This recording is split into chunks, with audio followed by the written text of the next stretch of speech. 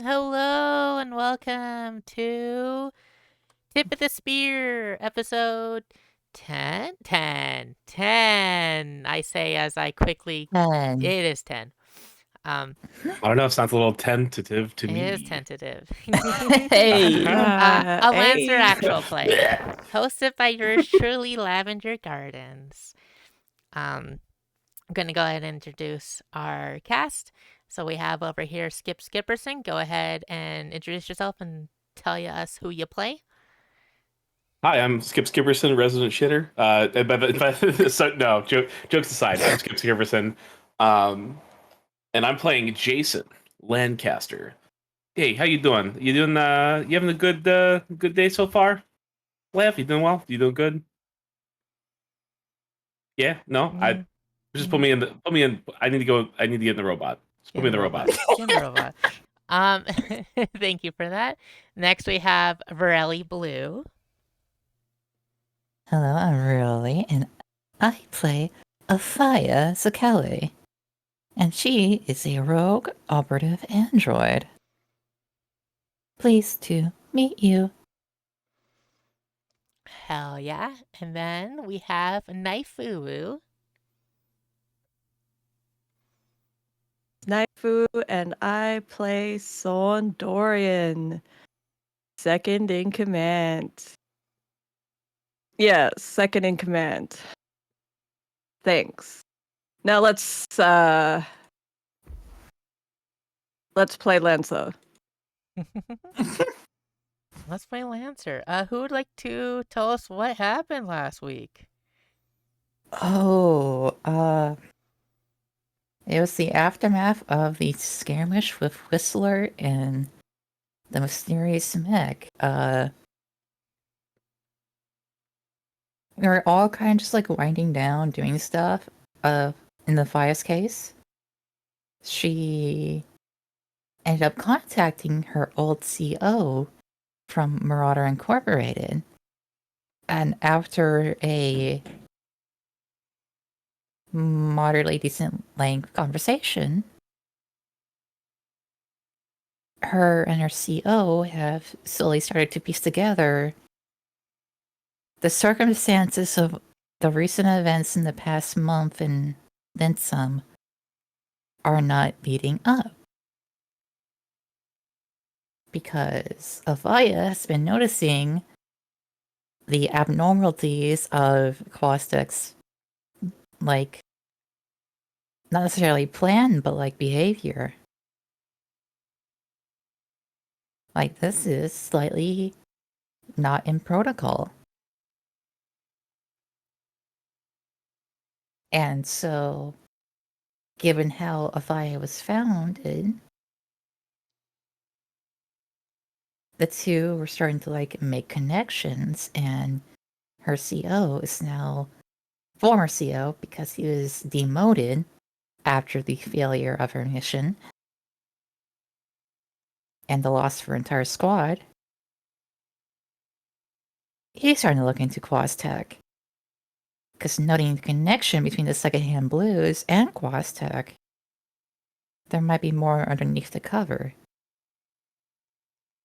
But besides that conversation, we had the fun revelation that her old CO is quite familiar with Dutch, as they were on the same side in the Juniper War.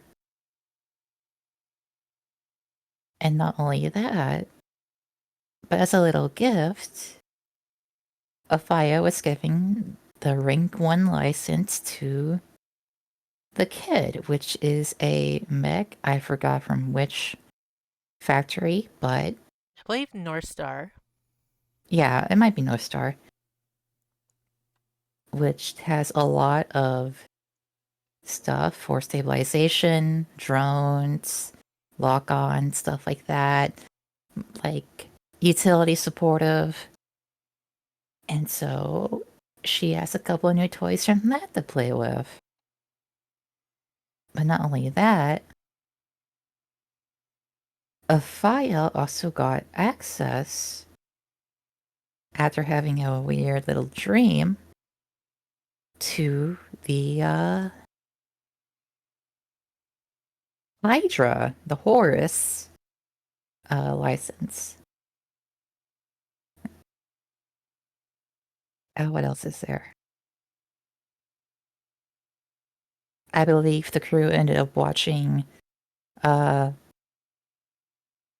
was it? Montgomery Anaconda and the Lost Chalice, I believe. Our legally distinct Monty Python reference. Yes, right. Yeah.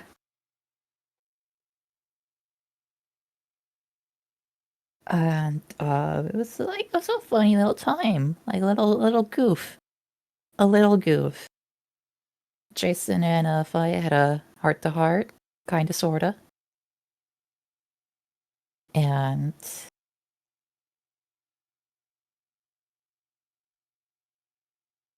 Galahad is kind of going through it. That's like the best way I can put it.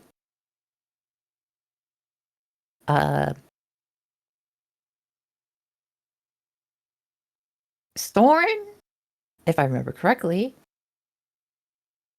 got like or is in the process of like getting like a knife blade to her mechanical arm.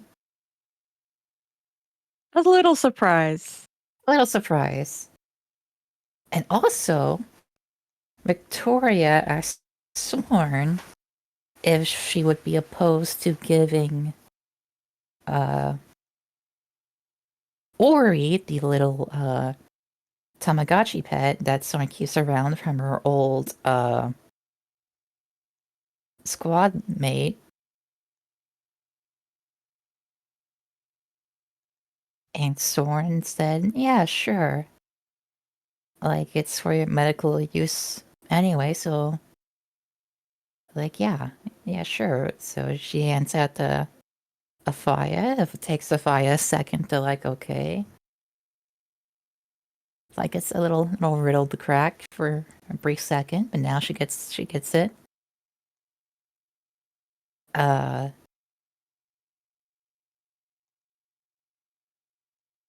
So now Afaya has this little Tamagotchi to take care of, and then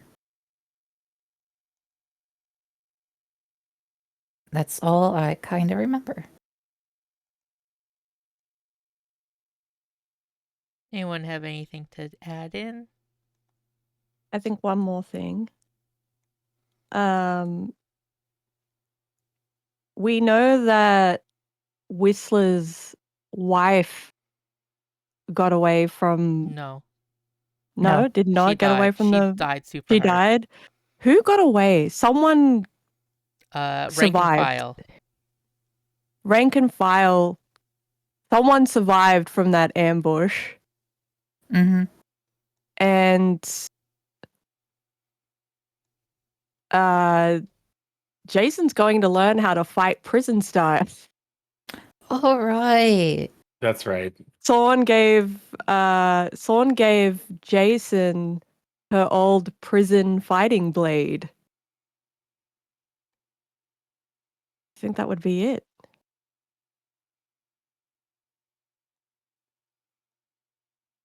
Okay.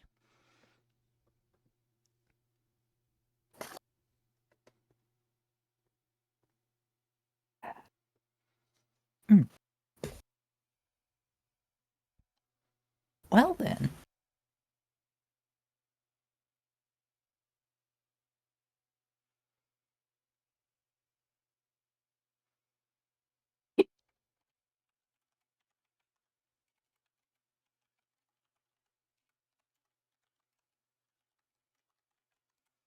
Okay. Another day rolls around on the Sermon on High. I mean, I've got a scene in mind if you don't have one in mind. Well, actually, because we left off with Afaya getting the Hydra. Mm-hmm.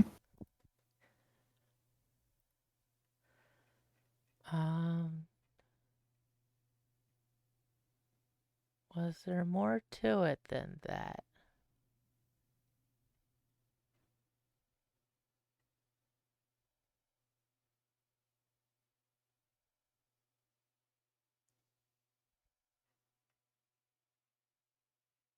You thinking? Well, what's because I thought you wanted something to do more with the Hydra. Oh, oh, right.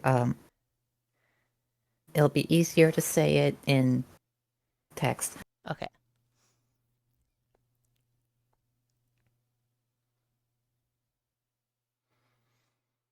We could probably just do the scene with Skip now, Okay. if it's in the early morning. Might What? just give me like a, Yeah. just give me a minute, and otherwise just.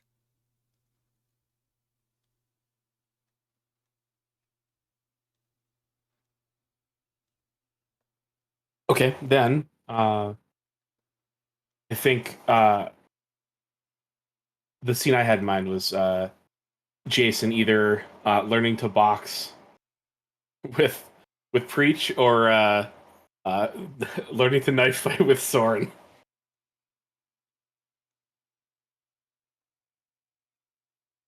And just working through those. Okay. Well, one of them involves Soren. Is Soren up in the morning to knife fight? I think actually I'm I'm I'm debating as a player whether fighting I think I might come back. I think I might come back from talking to Zeke because Preacher still owes money and we have to pay off those debts. And I want to find out a little bit more about rank and the whereabouts of rank and file. Rank and file's not their name. Their call sign. That's not their call sign. Their call sign is don't mean a thing if it ain't got that swing. Please type that out. Please type that out. I'm going to find this person because they are going to probably most likely come back with a vengeance.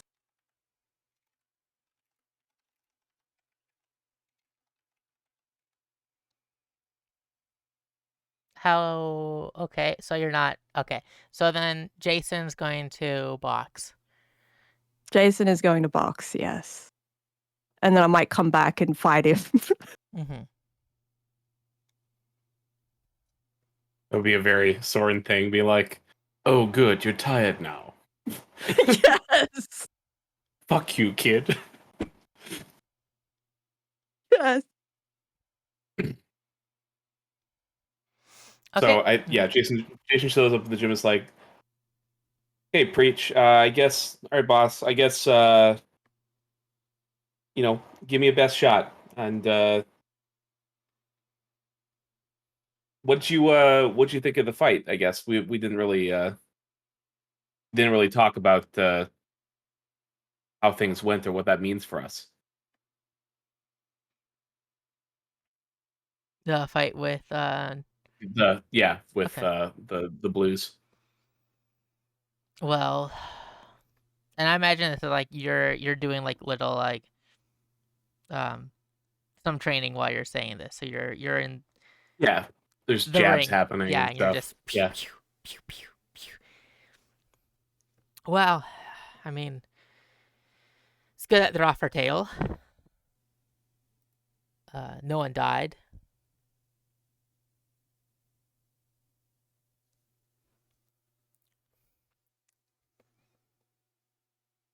I mean, what does this mean for like did you owe that guy something or like I No, know there was that we connection with Soren, but we fought in the war a while back. Um,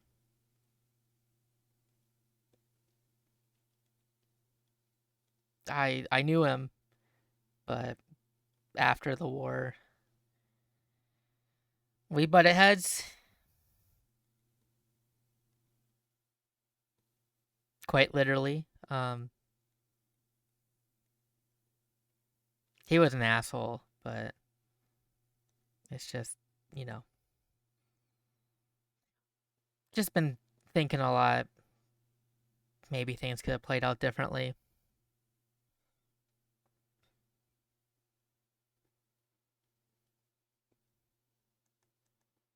I don't know, preach. Maybe this makes me cocky, but like, fuck them. Like, people are dicks to each other all the time. Yeah. Fair. It. Pew pew. He punches you. Yeah, I think. Oh, did he? Does he? Do you want to roll to actually get me good? Sure. Is it like him being angry about it, No, or no, no, no. He's just like, oh, he's like, oh, you're off balance.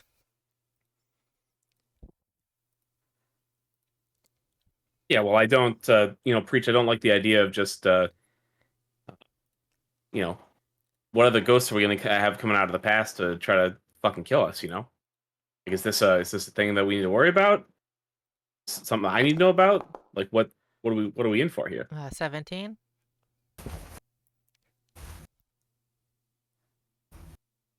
You can roll to compete against it. Yeah.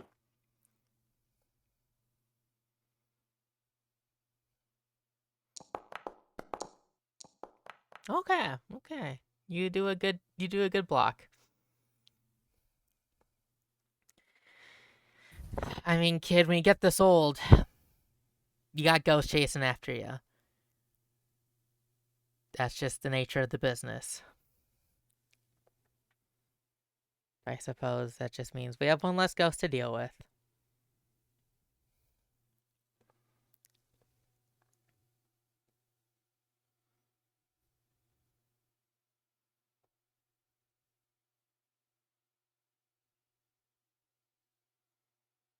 I think Jason is quiet for a moment as he chews over that, as he's like kind of distracted. And I don't know if you want to roll again for Dutch, because he is a little distracted as he's chewing on it. But he responds back with a, "Yeah, so is that what this is? You live long enough and you piss off enough people, and that's what life fucking is." It is when you're an outlaw.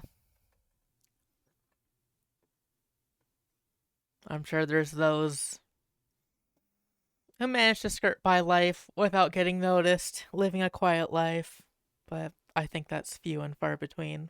Most people get enemies. You make some noise, you're gonna piss someone off.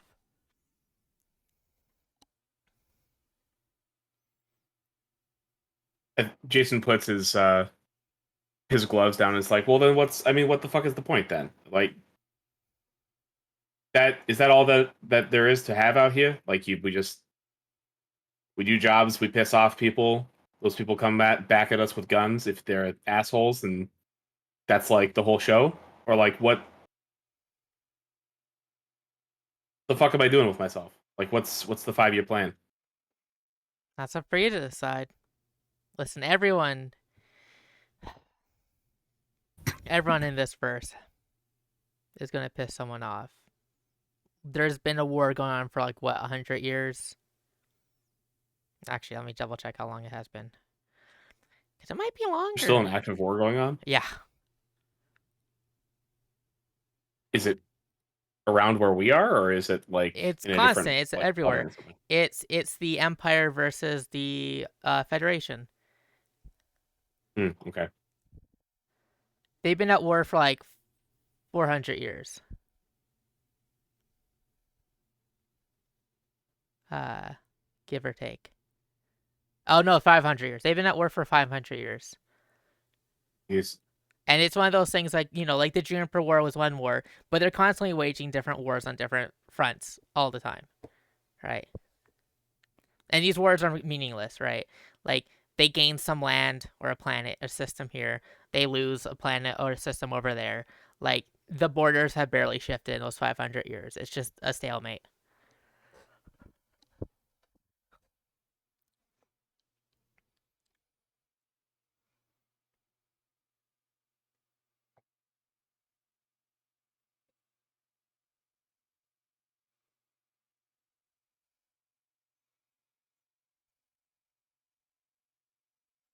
Yeah, boss. I guess how did you figure out what you wanted to do? How did you you got out of war, and how'd you figure out that this is what you wanted to do with yourself? I watched a lot Right? of Like people close to me die.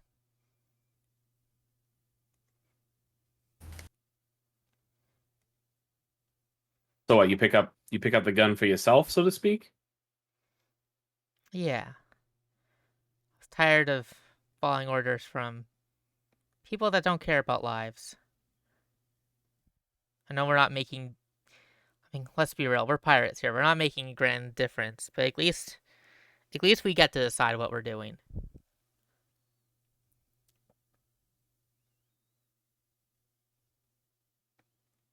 Okay, I can get behind that.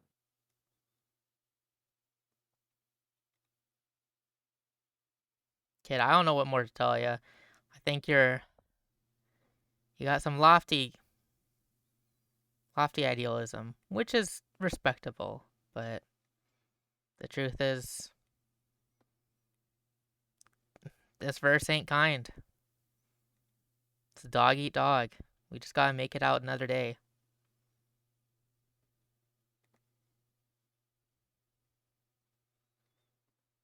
No, you're right. I don't know, boss. I just you do this. Look, I mean, y- I've just been pushing towards one thing my entire life, and been only about a year, and I don't know what I'm doing. No, I'm glad you found me. I'm glad that you're giving me the ability to continue flying same day. But like, is that enough? It's got to be good enough. I don't know. I don't know. Thanks, boss. I'll think about this. Yeah. Try and like try to just find something that you want to do. Something that drives you. Something that makes it worth getting out of bed.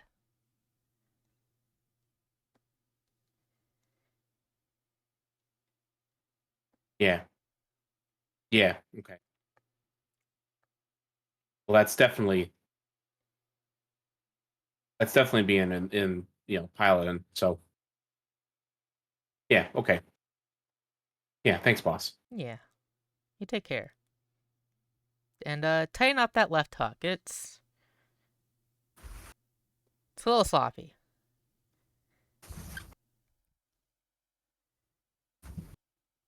He kind of rotates his left arm, and it's just like, okay, I'll. Yeah, I'll. That's always been my worst side. Okay, I'll do what I can. Thanks for the advice, boss. Yeah.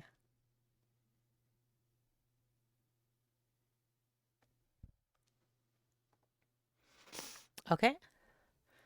Um so still early in the morning. Um in Afaya and Lucy's room. Afaya, you've been woken up by the Hydra message, but Mhm. you're not like awake, right? No, just That kind of edge of sleep. Right? cognizant, but still, Yeah. yeah. In that kind of edge of sleep, you notice Lucy gets out of her bunk and she looks over and she pauses for a second and is looking at you, but just thinks you're sleeping, so she heads out and she's being really quiet about it. Um, what does Afaya do?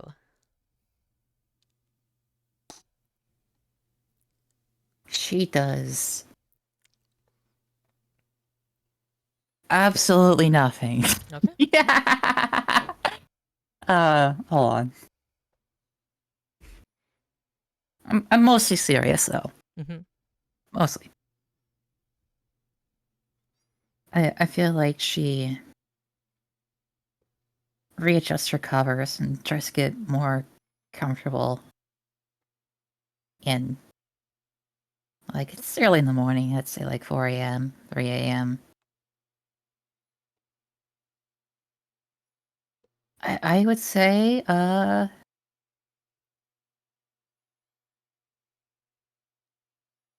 she's just gonna try to go back to sleep. And I say try, but she just does. Like she's not going to stop Lucy or anything. Although she kind of wants to, she knows it's like not in her place. Mm-hmm. Okay, so you're gonna head back to sleep. Yep.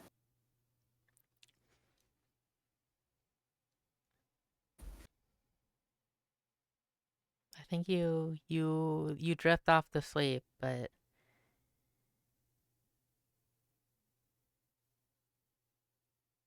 I drift off to sleep, but it's a nightmare. it is. uh, allow me.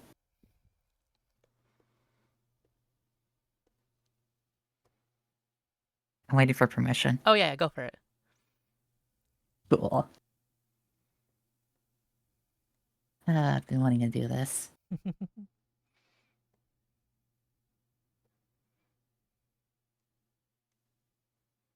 Give me a second.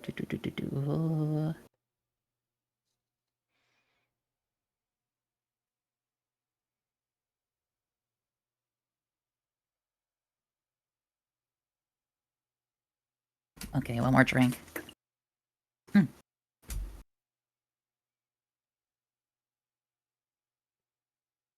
And we return to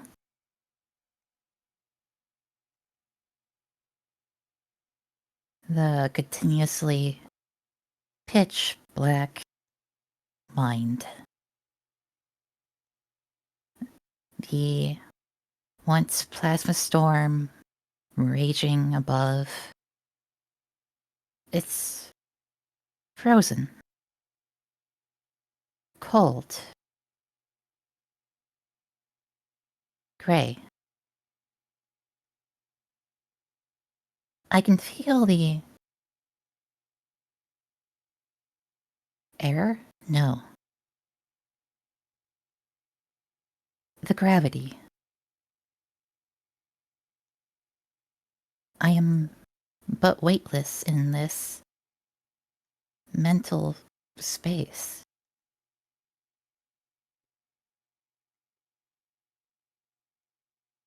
I flow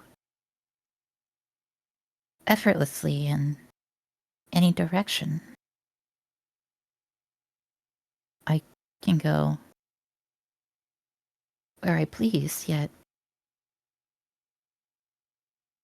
I'm enamored.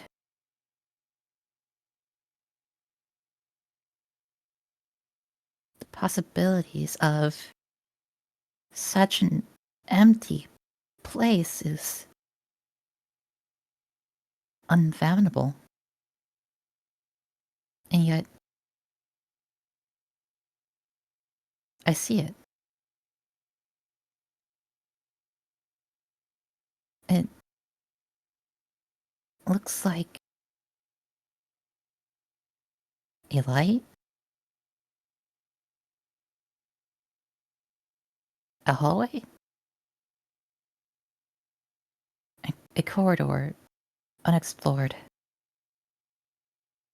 I reach out for it.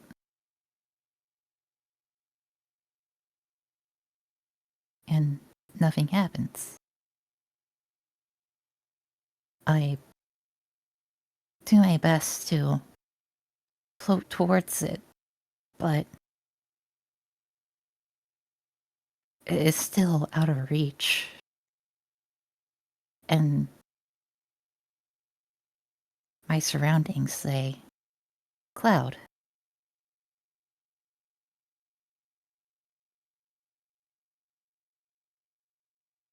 I. I. It. It feels difficult to breathe. I unsure if gravity is collapsing or I the and my vision clouds as well.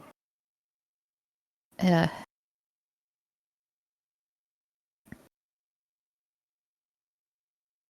and suddenly, without any prompt, a fire begins to fall. No, pulled. The vision, the fog. She is surrounded by fog. At least, is it fog? No. Smoke. The type of smoke when something is burning. Fire. Heat. The temperature surges around her. And as she is pulled, plucked from the heavens to descend down to earth, she lands. But not roughly. It's like a crash. Like you're pushed back into a wall.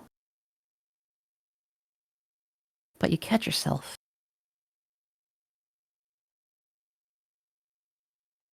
And as she feels the once easily breathable air, clouded by smog and smoke, unable to take easy, clear breaths, she feels the air tighten as well.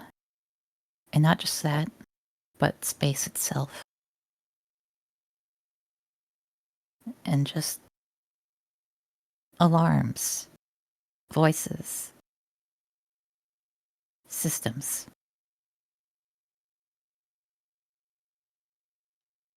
She can feel herself sitting, but she can't make sense of any of her actions. I do not know my actions.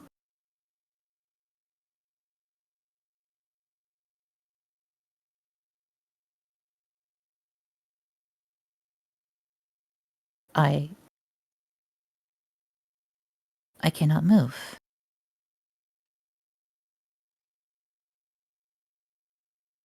I breathe, yet I do not.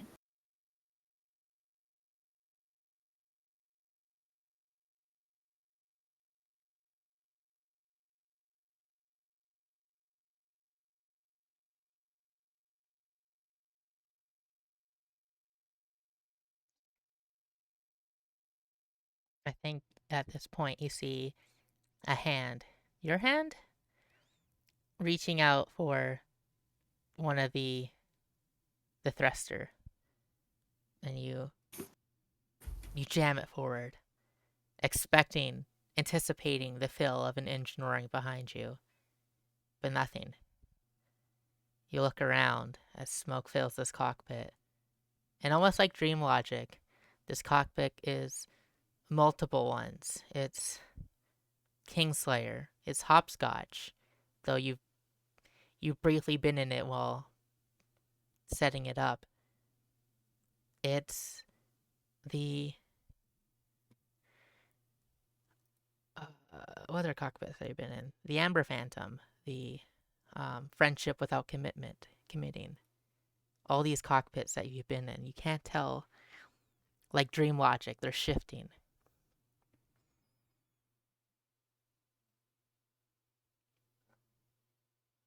And as you try to hit a couple switches, engage something, you're not sure.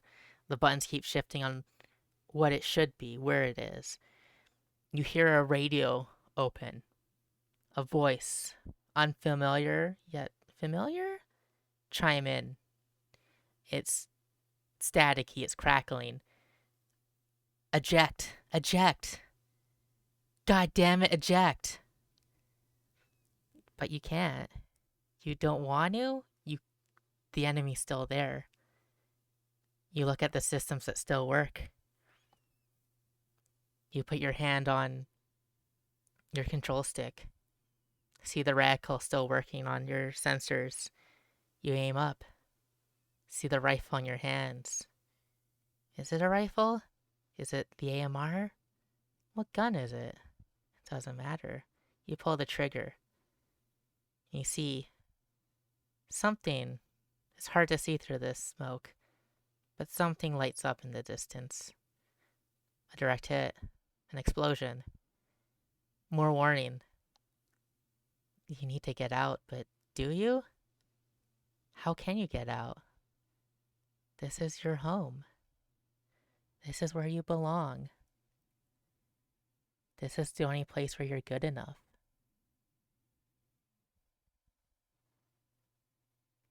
A crack forms in one of the screens. Crack gets bigger, but it's different. It's like glass cracking on the seam of reality itself. And a piece falls away. Do you dare look through this piece? I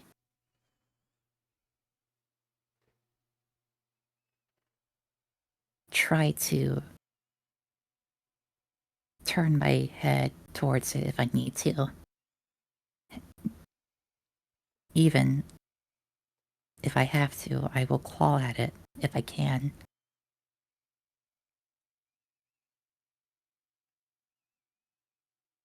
Okay. You start clawing at it. Your hands bleed as you touch this glass-like structure. Do you keep going?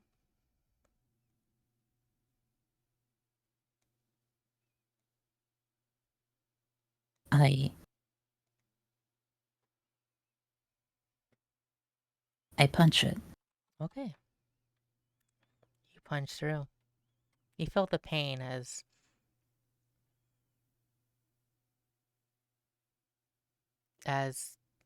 your hand meets glass. But it shatters.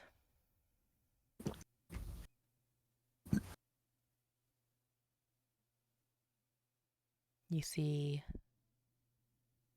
is it a white room? A cell? Or something else?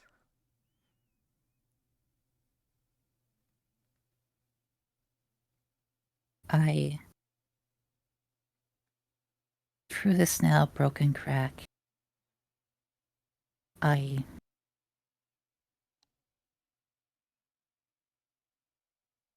climb out.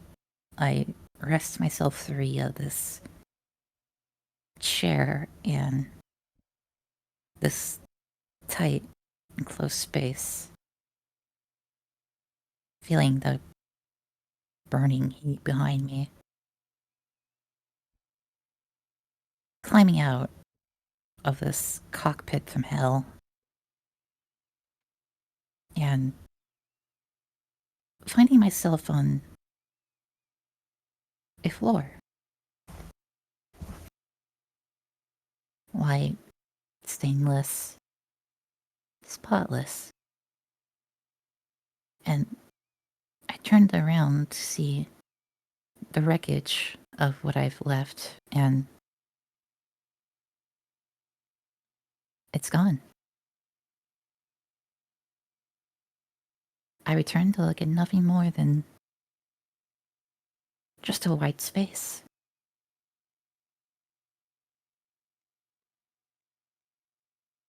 I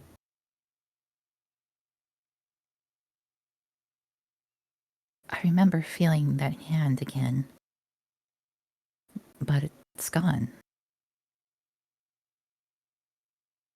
I look around and it's. Wait.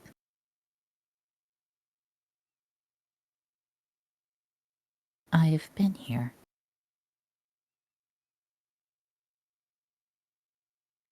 I only have narrow reminders. These distant memories. And as Sophia traverses the corridor, she finds a door. Barred, sealed, secure.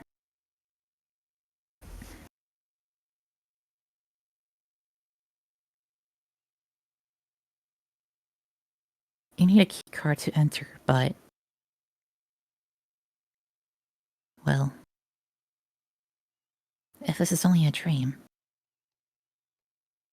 and if this is my memory,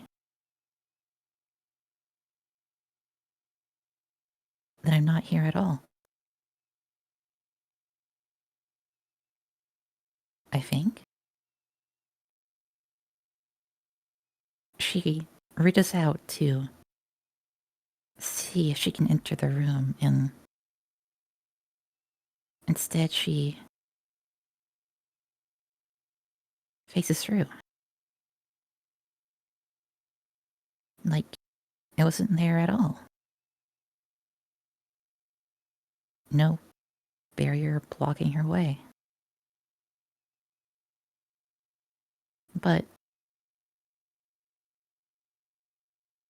as she processes this revelation, she looks to her surroundings in this new room. And it's full of factory equipment. Conveyor belts, machines, engineers.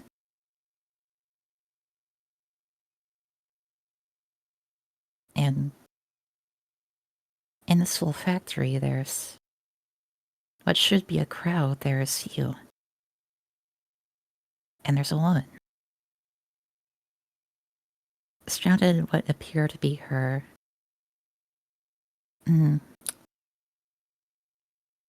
are those her staff? And I remember that. That hair. It feels familiar. There's a woman in this grayish red hair, probably in her mid-40s.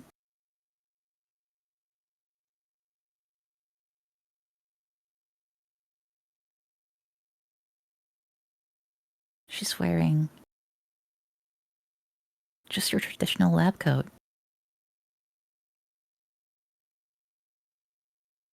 Afaya walks around to survey the scene, trying to be quiet, but like a ghost, she's not even there. But she is. As Afaya gets closer,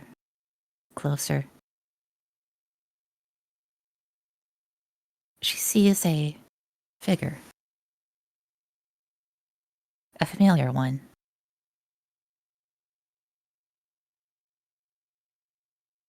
It looks really familiar. And a voice rings out.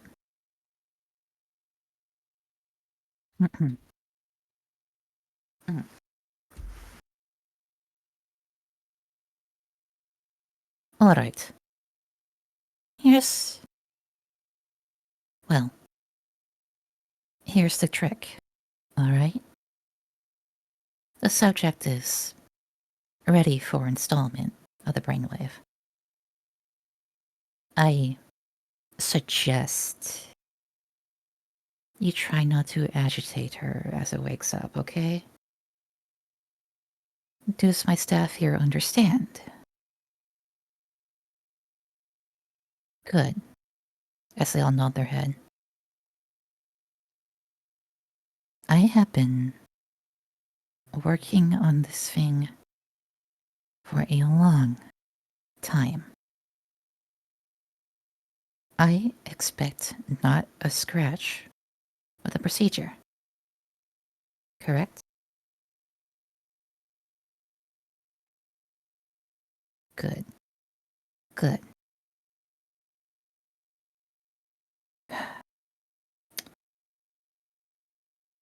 I am already on thin ice here. Aphrodite's experiments have been putting our reputation to the block. A lot is at stake here. And if you were wise, you would know that your positions are more at stake than mine. Is that understood?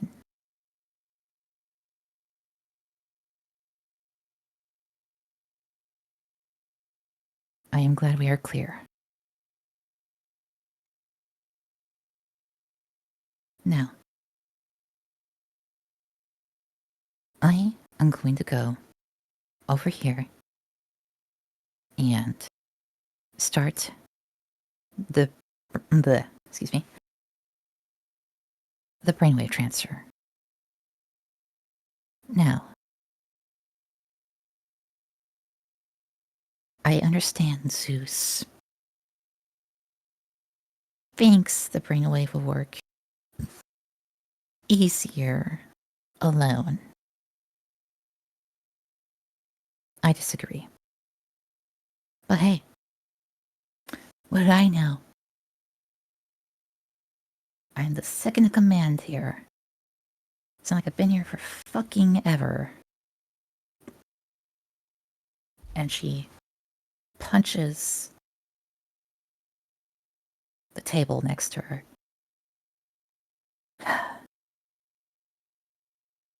But we'll do it his way. And I will show him and all of you why you shouldn't doubt me.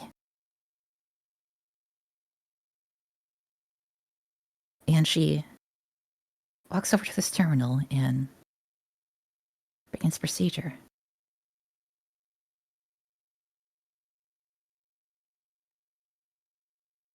Hearing this, I approach closer. I need to make sure. If I'm not here, then where am I? And there I am, like a reflection. Yet,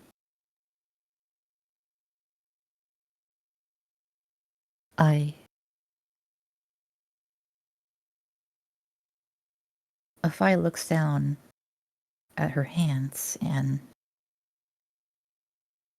they're not bleeding. They've returned to their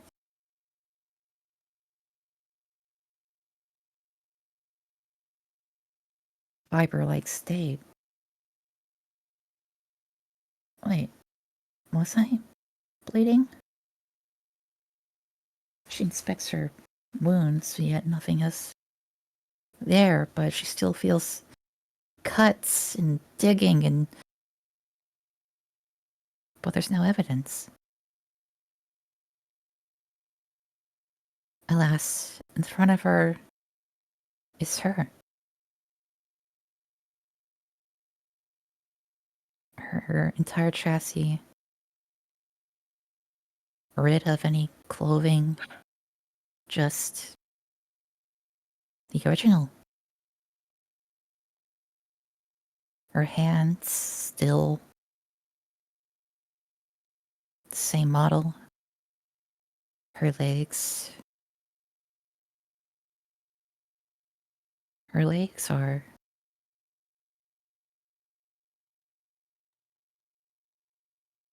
also the same of the model.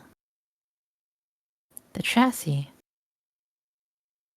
All the parts match.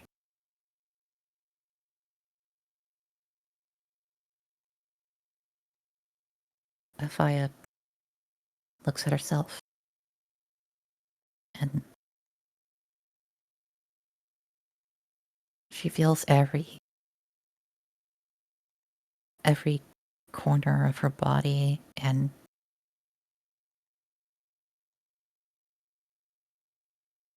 I have been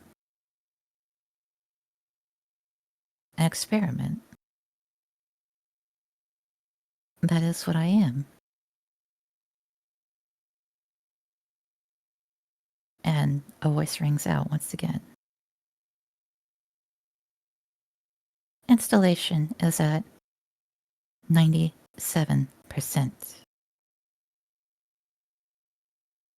Are you sure you want to stand next to her as close as you are?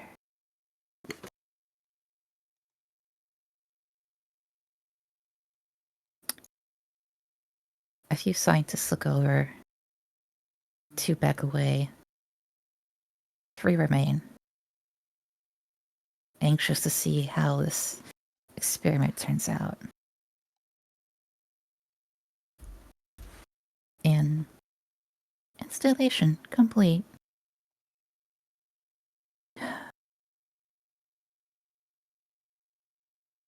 Very well. Once I disconnect the cortex cord, she'll awaken shortly.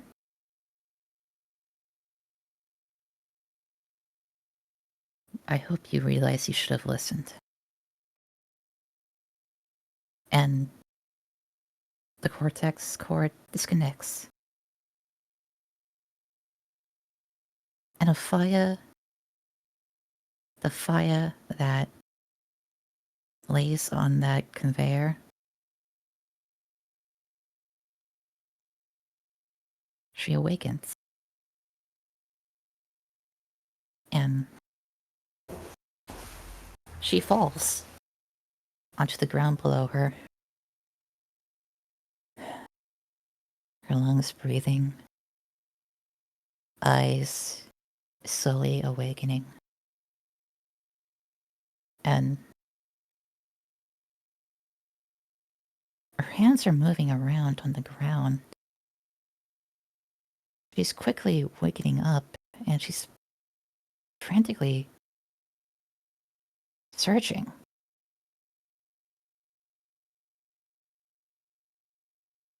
And one of her hands touches a foot, and she stops. And her hand climbs up to the knee, and she realizes the situation she's in.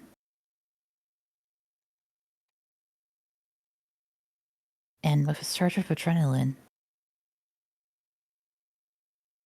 she caves this man's knee in with a strike. She then uses the momentum to grab him, throws him into another. She quickly analyzes the situation and grabs I think it's a scalpel. And she slices the throat of one,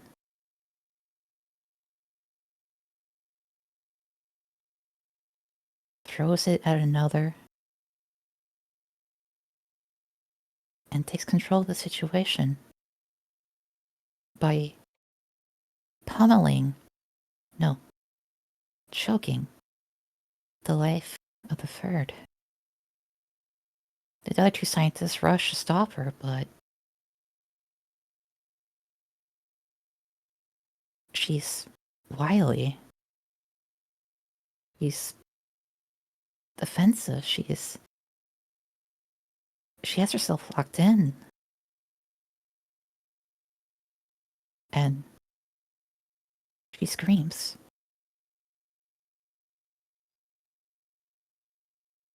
Where are they? Tell me, where are they? Where am I? I will drag you all into the depths myself if I have to. Where are they? And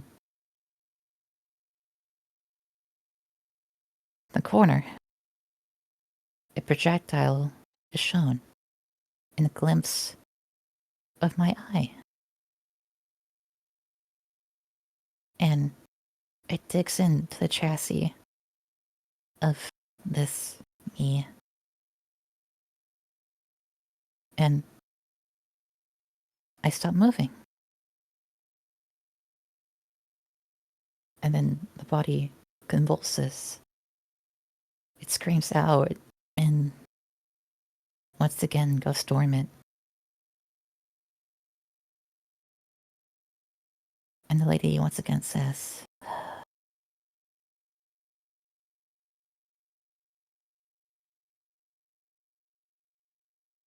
did I mention I've been waiting a long time for this? I wouldn't have been concerned if there was no reason to. Zeus is a fool.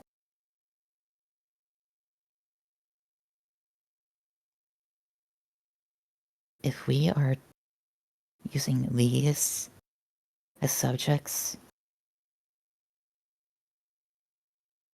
well, I think you should understand that the barbarism that they're capable of.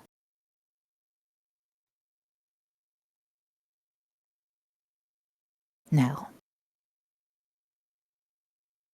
do we keep going with Zeus's theory? Or will everyone here finally listen? The two remaining scientists look at her.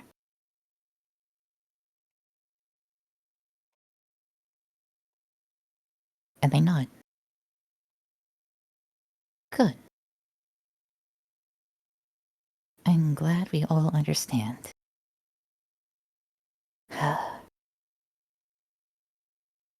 Contacting the infirmary department. We will sort this out as we always have done. But first, prepare the isolator room. Besides, I don't think we had to go through clearance. No one else uses them. Which is why I will. In due time, this will be my facility. Let that be clear.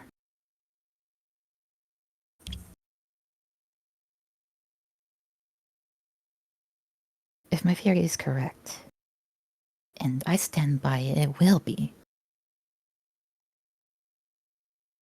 to tame the beast and keep it obedient, we need to make sure it doesn't feel human.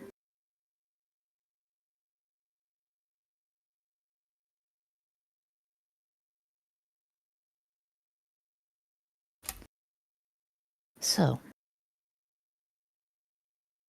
how about we start with the voice? And while we're at it, what human has two minds? I want you to revert the cyber brain. There has to be a remnant still in that scrap of a computer. Grab whatever you can, residual memories, personality traits, precepts, doesn't matter. Scramble it.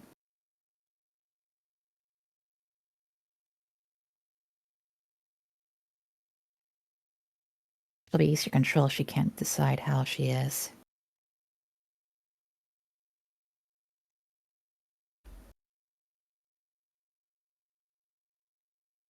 And then also, I will go ahead and prepare the surgery to remove her voice modulator. We'll make sure she knows her place. And maybe I'll give something back later.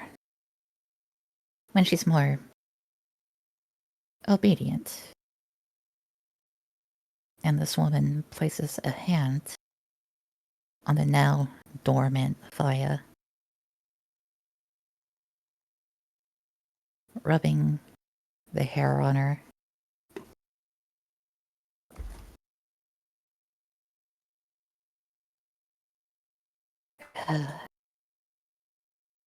Rest well, Affin. You will be perfect, as you always have been, in no time. And as this woman leans down, I notice a tag, and I feel a chill. I remember that name. I remember being told how perfect I was. I remember that I was made for perfection. And yet, I had been destined for nothing more than failure. That woman goes by the name of Hera. She is my creator.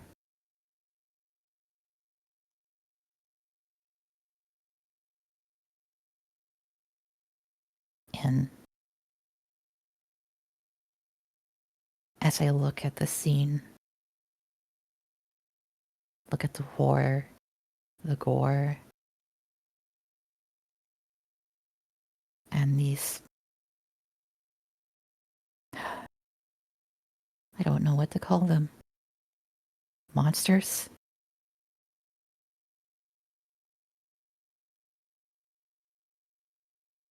I feel a hand. The same hand I felt before.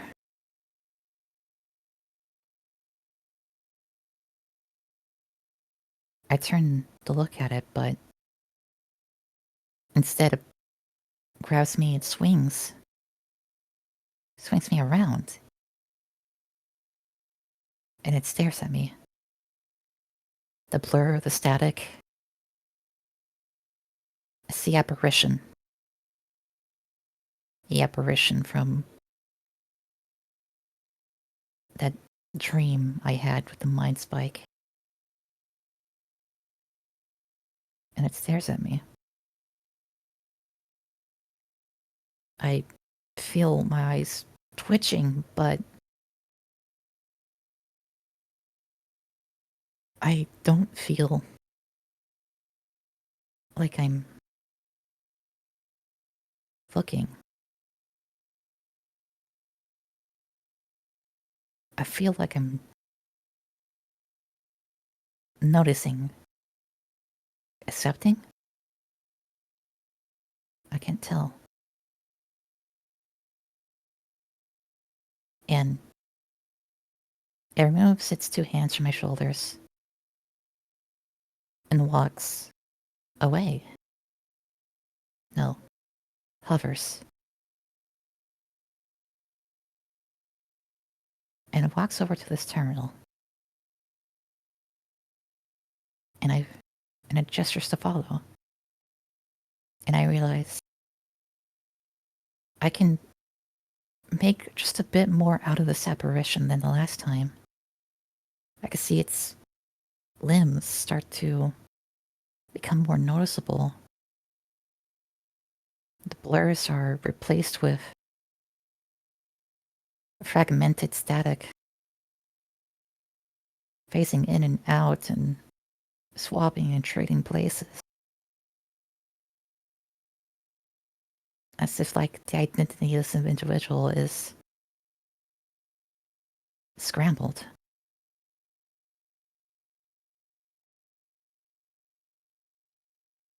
And this terminal is blinking. And unlike every color in this room, it blinks a ravenous red, matching only the gore as displayed earlier. And in it are black letters. Puppet Master installed. Puppet Master installed. Puppet Master installed. Puppet Master installed. Puppet Master installed. Smiley face. And Avaya wakes up in the hangar.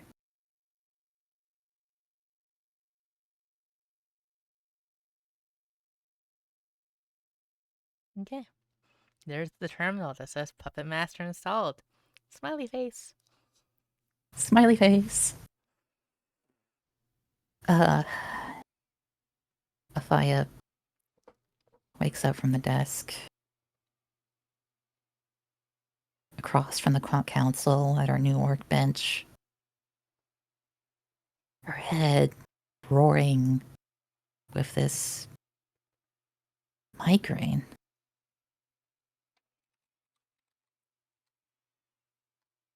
And she just focuses on the terminal, sitting back in her chair, just trying to catch a breath.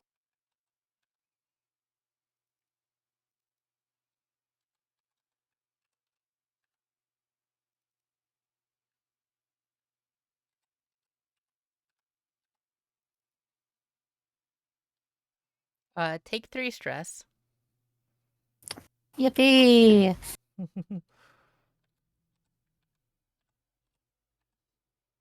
I need to remember where I put that. Right, I remember now. +3 stress. +3 stress. Why am I happy? And make a spot check. Spot check. Hold on. I gotta find stress. Okay. Found it. 5 stress, Yippee. Spot check.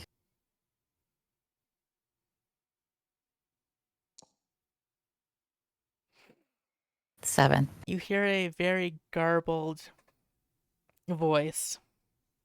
You can't quite make out everything it's saying, but you make out give,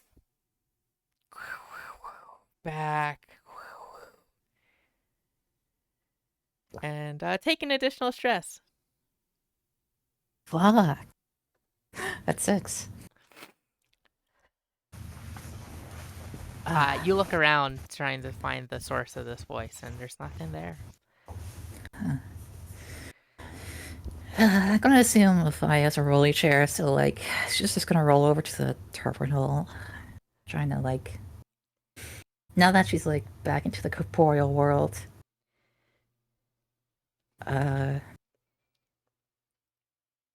she's gonna look around and she's gonna look back at the terminal, and I think she sees like the terminal is glitching out a little bit. And I think she notices where it's phasing in and out. And what she can make out is underneath Puppet Master is a wolf is nothing without its pack.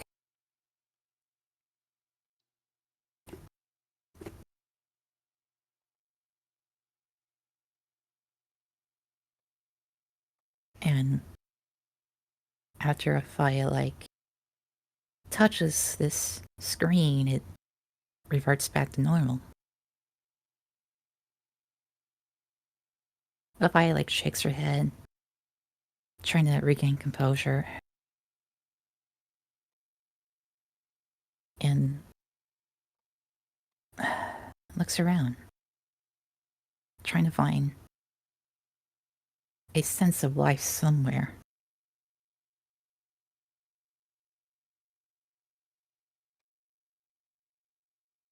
Ugh.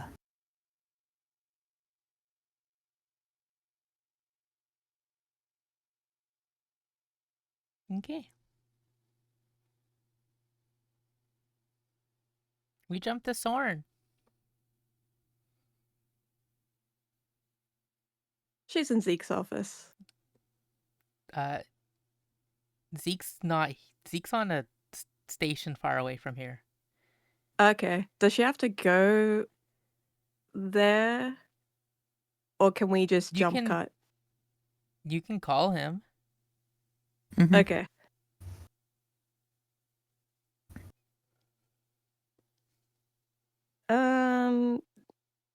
Could I roll word on the street to call him You can just call as a him. skill check? You don't need to roll. Yeah, I'll call him. She calls him. Okay. What are you saying? Nice seeing you again. Talking to you again, I mean. It's Sawn. Sawn Dorian. Ah, yes, of my good pal. How's Dutch doing? Uh, same old, same old. Did you get the money we wired you? Yes. Thank you for that. The first of many, I presume. Yes. Good to get things back on track and not to accrue debt. Am I right? Of course.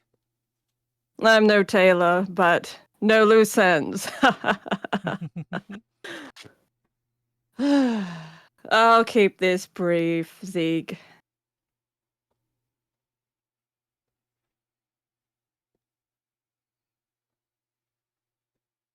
One, our debts. Two, I need two favors.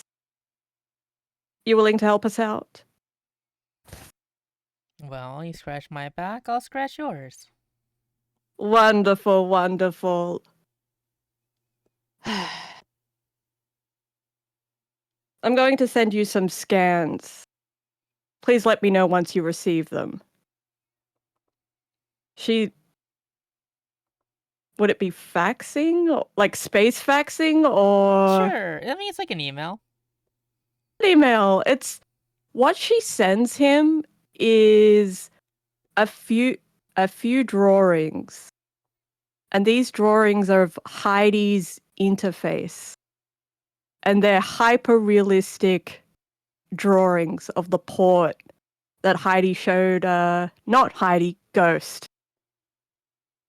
Ghost showed Sawn.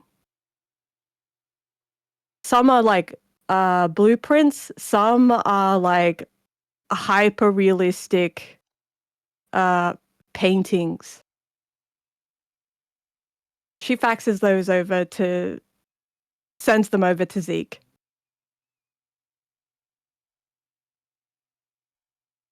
Now, did you get these images that I've sent you? Yes. I'm looking to find out who manufactures these ports. Well, I can look into it, but You will be compensated of course. handsomely. Good. Or if you need a favor, well, I'm all hands. I need favors, you need favors. It's the favor economy, am I right? Now, third. Looking for a call sign. don't mean a thing if they ain't got that swing. I've heard of them. Well, judging by the naming, I can assume they're part of the secondhand blues. Yes. Looking for their whereabouts.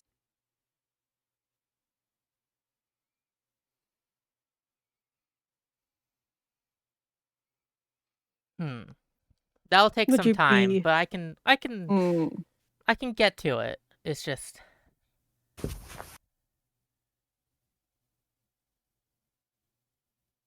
that'll cost extra. course. Anything for you, Zeke.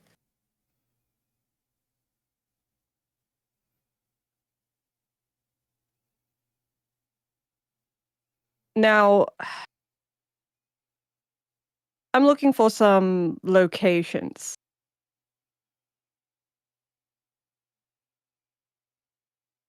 I want someone to tail them. I want to see what their routine is like. Is that too much to ask for? Honestly, with your current budget, yes. But we can make it work. Of course.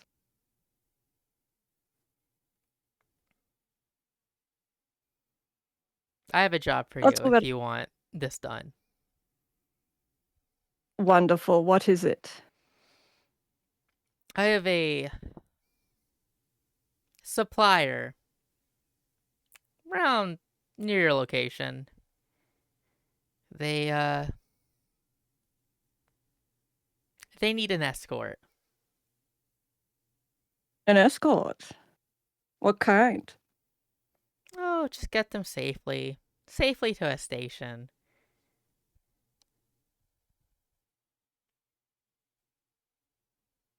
Afraid of an ambush? Oh yes, they have the feds hot on their tail.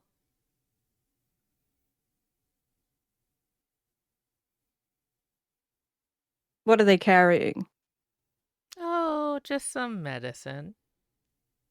Medicine? From the Empire? No.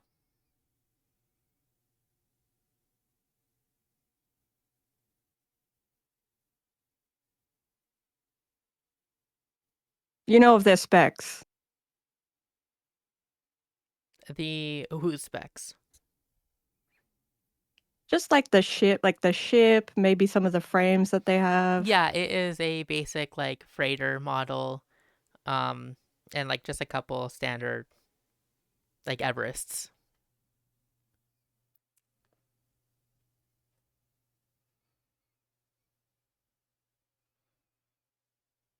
How long is the job for? Hmm. A day? Maybe two.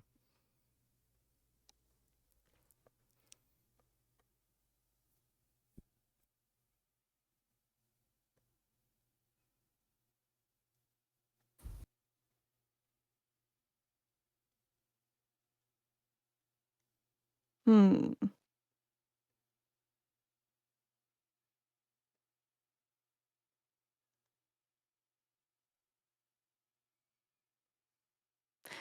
I have a question. Yes. You don't need to... If you don't know the answer, that's fine, but... I've heard of an unidentified frame. No call sign. Gonna have to give me more to work with than that.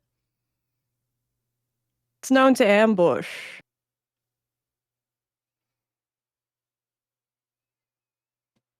That could be literally anyone. Yes. It's like finding a needle in a haystack. We keep coming across it.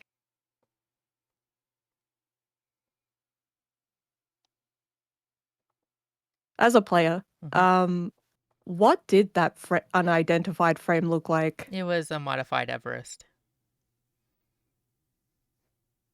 And that's quite common, right? Yes.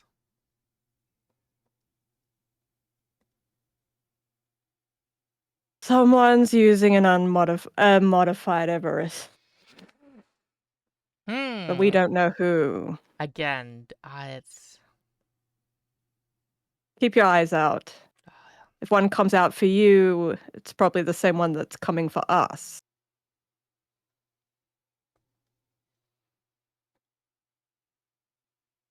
Tricky.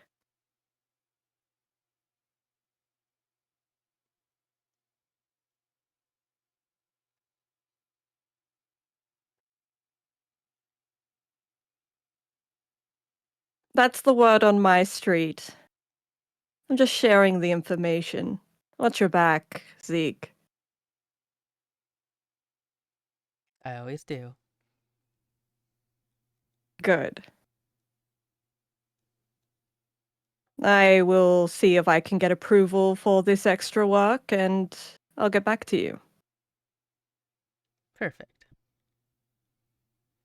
Thank you. Wonderful. Goodbye. Boop.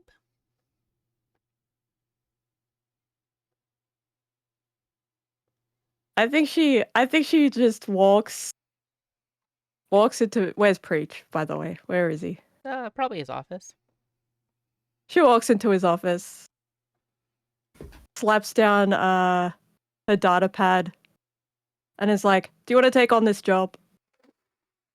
Fun is more work. Who's it from? Where are the specs? It's from Zeke. Let's take this job. Yes. That's Yes, of course. quick. Yes, of course. She kind of relays the info Mhm. to him.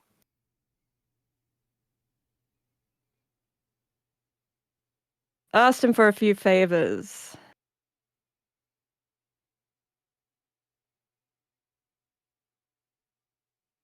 Hopefully we'll get some answers. Man. Where's Jason, by the way?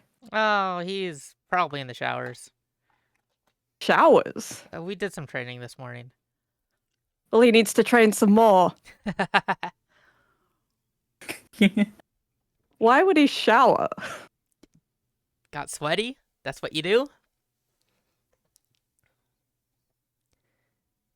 Fair enough. A little grit never hurt anyone, though. Yeah, well, some Stankwell. Oh, yes, yes. Fair enough. I'll be waiting for him.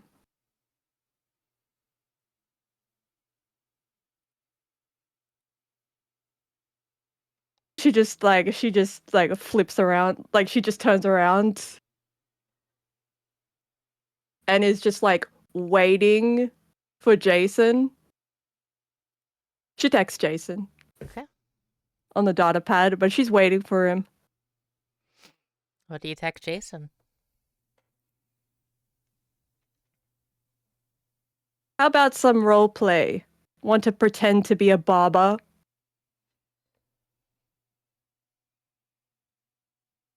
Meet me at the gym.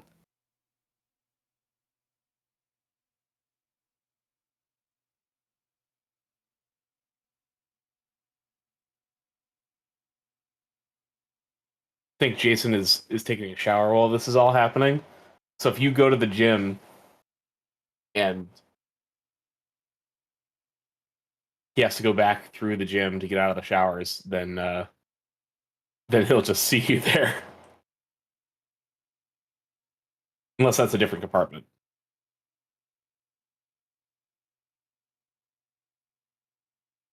Is that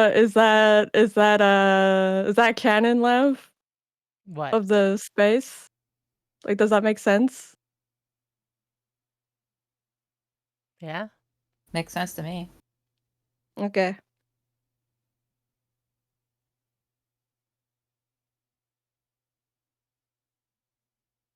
I think she calls out to him. If he's out of the showers, right, and he's just walking.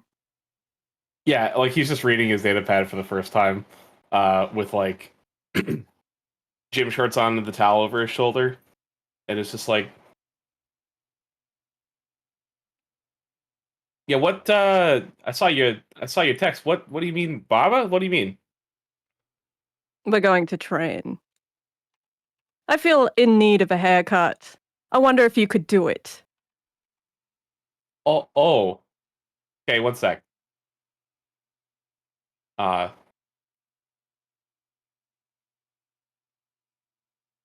you you want you want I should put on like a code for this or uh like I got the knife, but You should be ready for anything. okay. One second, and gonna go put on like a full jumpsuit.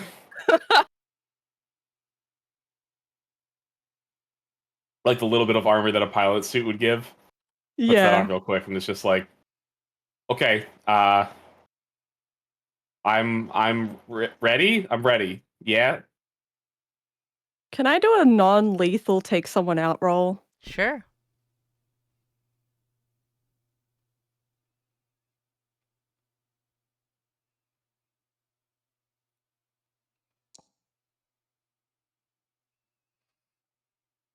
Okay, I guess yeah. what's Counter roll, Jason. so I don't have take Take someone out. I you guess can fist to faces or what? sure, wherever you want to try fighting back.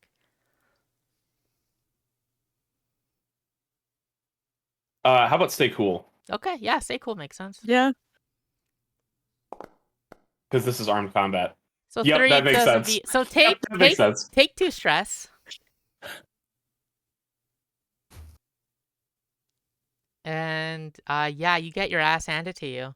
How do you go about doing it, Sorn? She trips him up. He's on his back. She unleashes the blade from her arm to his neck. You're going to have to do a lot better than that, sweetie. Get up. Again. All right, so I'm gonna do two things. First of all, I have punching bag, means that you get 1 accuracy on your next action against me Oh, for the God. rest of the scene. Yep. Nice! Second of all, I have learned by example, and I'm choosing you as a mentor. Means I get to ask you for advice, whether or not you want me Yay. to be your mentor or not, Okay. before we make this next skill check. Yeah. And stuff happens depending on if you give me real advice or harmful advice. Okay. Okay, so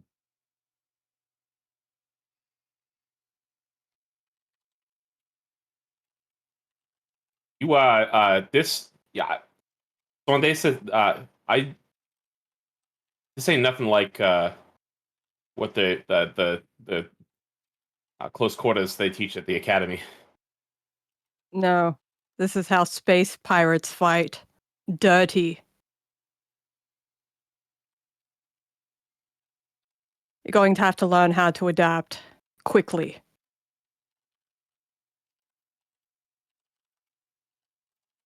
I see that. Okay, I guess let's. I kind of know what you're doing now. So, what did I do wrong?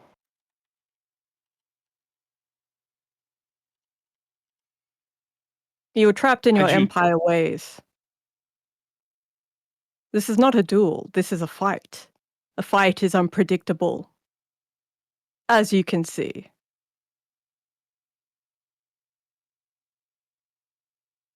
I think she pokes him with the tip of the blade with the arm, like the tip of the blade on her arm.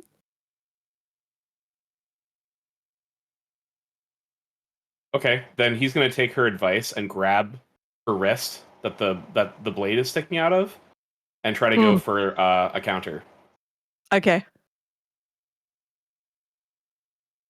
So he's like trying to like pull the if he knows and can control the wrist because the blade's pointing directly at him, he's just gonna try to go for a mock, like going for the throat. I don't have take someone out, so I'm gonna use show off with accuracy because I'm trying to follow her advice. Okay. Oh.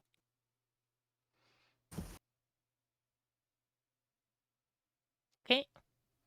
What skills do you have there, Zorn? I have apply fist to faces, stay cool, take someone out Roll stay cool. with accuracy. Do you get accuracy with punching bag? How does that work? Oh yeah, yeah. Your allies gain 1 accuracy on actions against them. So this is against Soren, who is an ally. Even though we're fighting, I would say that she gets it because it's funner. It's funner if we're even. Okay. Yeah. So take someone out again.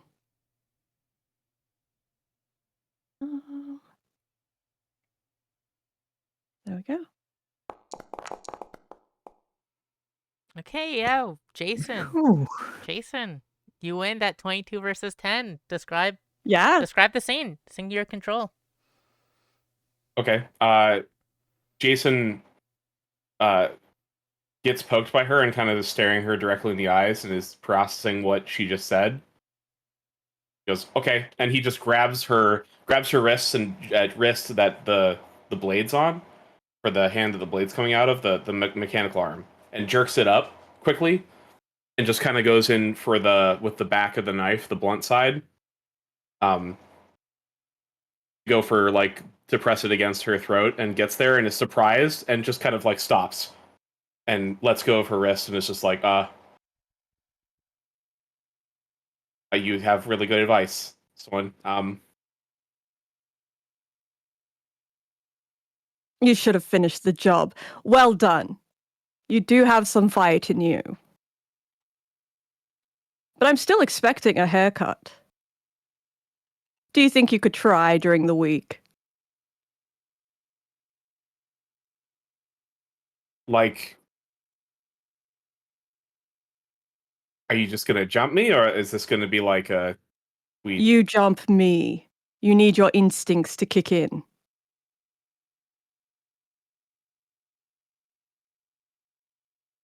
Oh, okay, someone.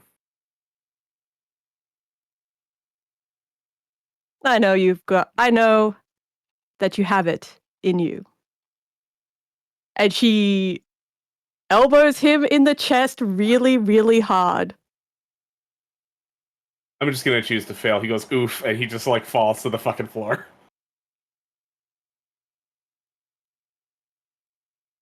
Okay. Oh, that's funny.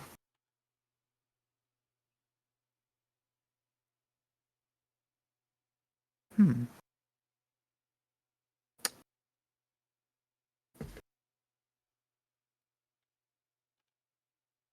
If no one else has a scene, I will go ahead.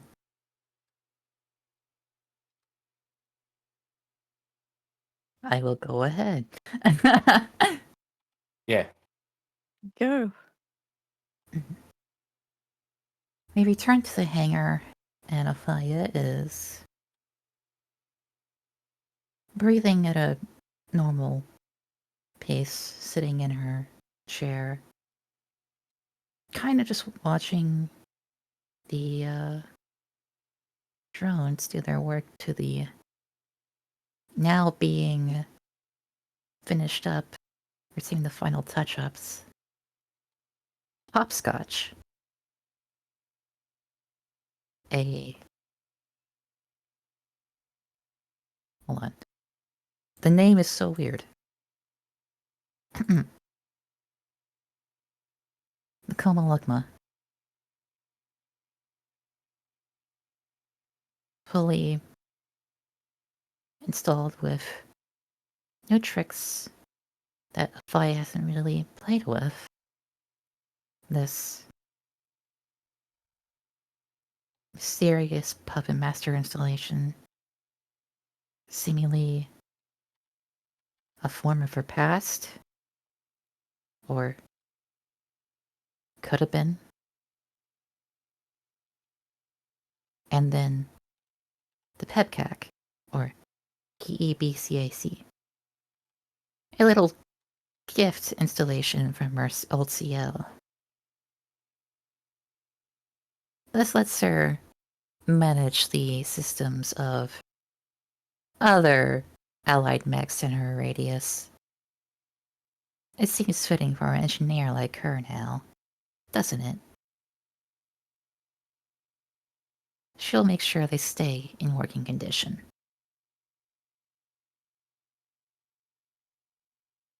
And now outfitted with a black spot target laser? With good accuracy like her, reliability is more so a surefire way of doing things, but when you're good like her, she's as surefire as it gets.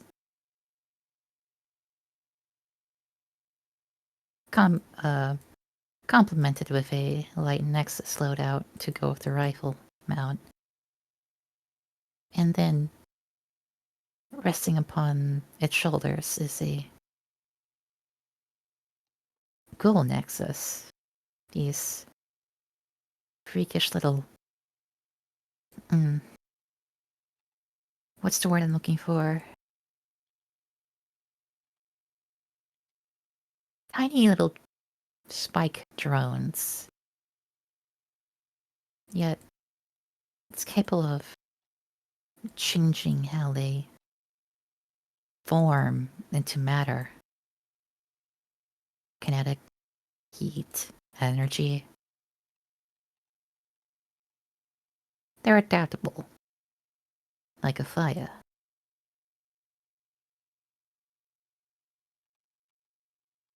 Hopscotch is... it's a child's game, from what Avai has read. And yet, maybe that's what everything needs to be. A game. She has always sought to win games. Kingslayer.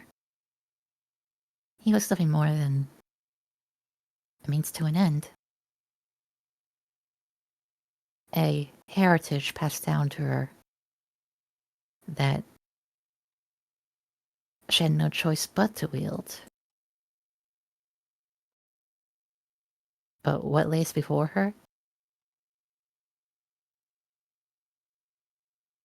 It was her decision. The first decision she ever made.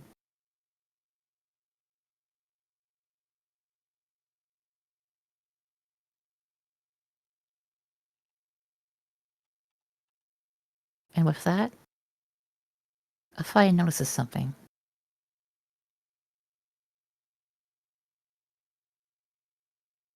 She looks around the workbench area, and something is missing. Her cane. And noticing this, she starts to panic a little bit. And she bends down to feel her legs. And they feel, in this moment, fine. But suddenly she begins to cough. Yeah.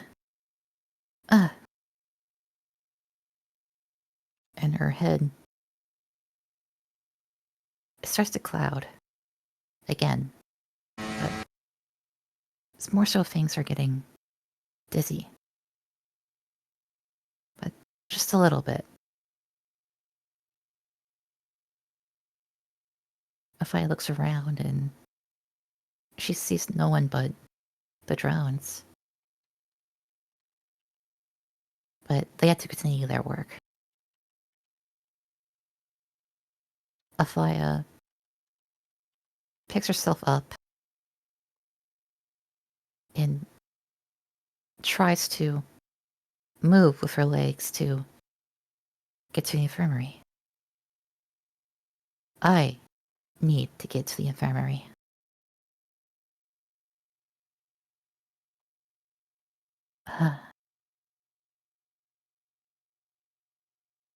I.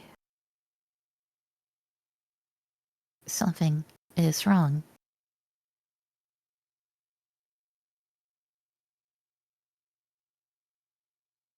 Uh, Afaya is going to do her best to walk to Victoria's office, but actually going to do a few rolls, if I may. Yeah.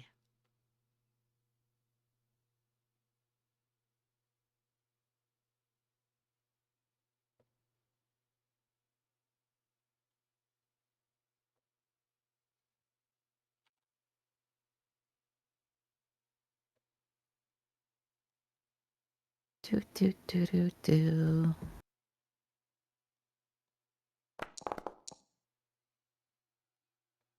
There.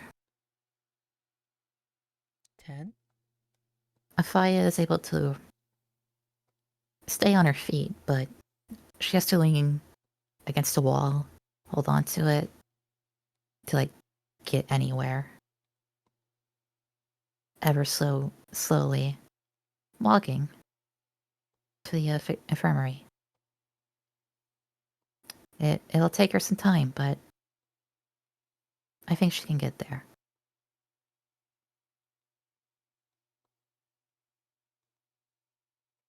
And I think she can get out of the hangar. Let's see for after that.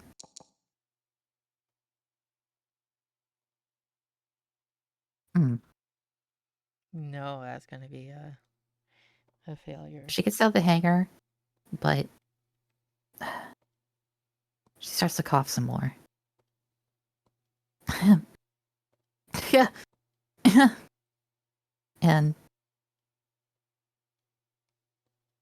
she feels something wet drip onto her hand as she covers it.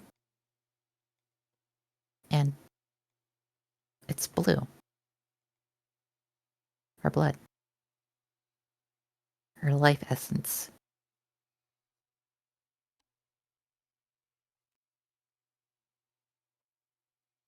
And I think her pace begins to slow, but she's still moving.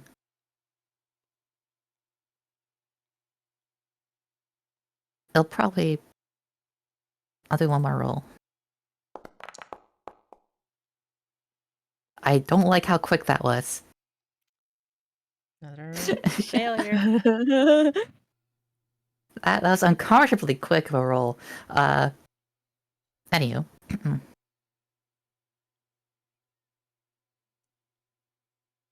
Afaya's pace begins to slow even more, but she's able to make progress. But I would say she's like barely halfway there. And at this point, she can't see straight at all. And her pace becomes very slow. And kind of just has to like put all her weight against the wall to stay up. And she's gonna keep moving. But after that, verbally, that's where that scene ends. Okay. Galahad. Yaha. Played by Cypher Renji. He's here now. Yay. He was here a I'm while here, ago haha. when we Yay. were doing scenes. What's Galahad up to?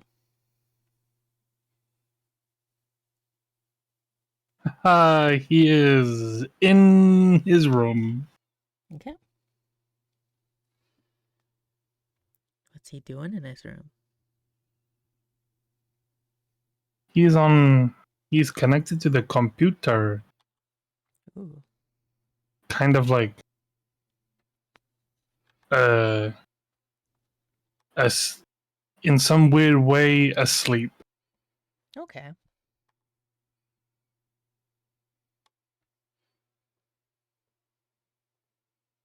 His left arm is on the table, and a bunch of cables are connected to the computer to it.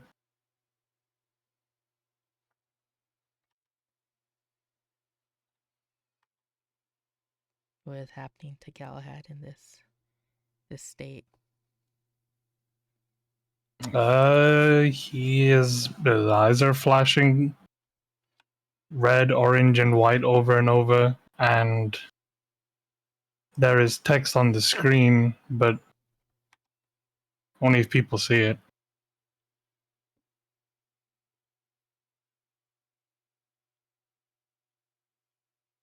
So far, only he knows what is on it. Or even what he's doing with it.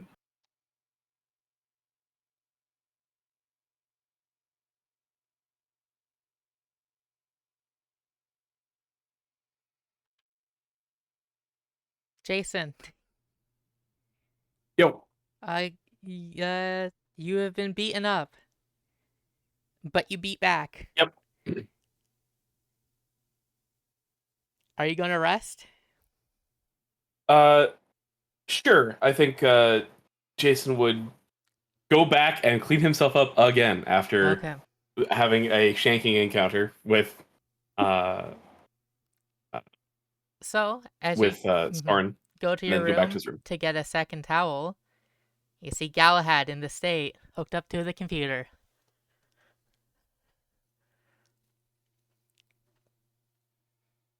This is not normal. Is this normal, Cypher? Yeah, The this is not normal. This is why I wanted to wait for someone. You see paper on his chest. Something's written on it. I mean, I would read it if it's obvious. It says, "Don't worry, I am just sorting out my memories. Good for you, Jason. I cannot wake you up this time. Haha. Love, Galahad." And you see that he has attempted to draw a short version of him, and it is still not working out. His drawing skills need work.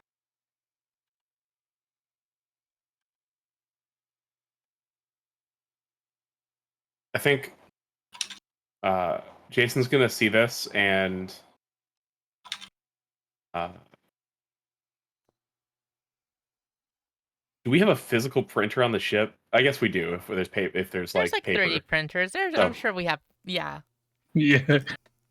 Yeah, he's gonna quickly find a memory game for kids, like the Match 2 sort of game where you flip it over and you see where you do the memory puzzle to figure out where the like find the apple, the other apple, and you flip one over. It's like, nope, that's like a hammer. Find the apple, and like you flip them over. He's gonna print one real quick, put the box of that, and write on the sheet.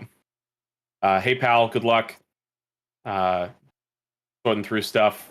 I made you something, a little gift to help you sort that memory, and he puts that in quotes, and then tapes the sheet back to the Galahad's chest, and leaves the box next to the table, and then he's gonna go get beverage and breakfast.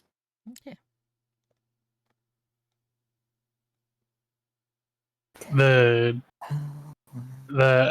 As you leave, the text on the screen, you see like a thumbs up like emoji. Are you In watching response me? to you see text on the screen. Yes, I You can doing hear okay, you. bud? After Hanging in there? after a brief pause, he says no. Oh, can I help you at all? What's going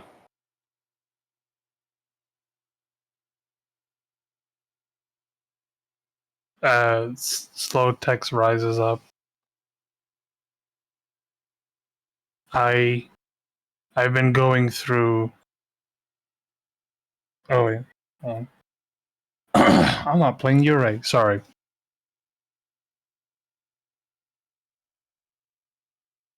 Ever since I had my third core unlocked, I've been feeling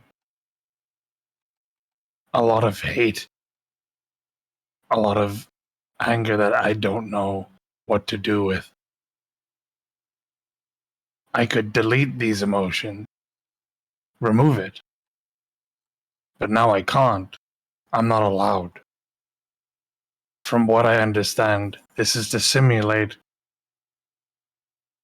as closely as possible to humans, but I can't stop.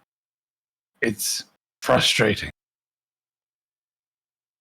And so I'm plugged into this computer to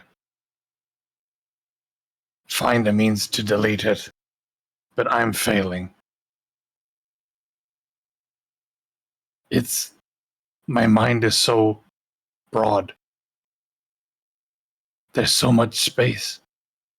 And apparently there's more. I believe I'm going through what you humans say, an existential crisis. It's a lot.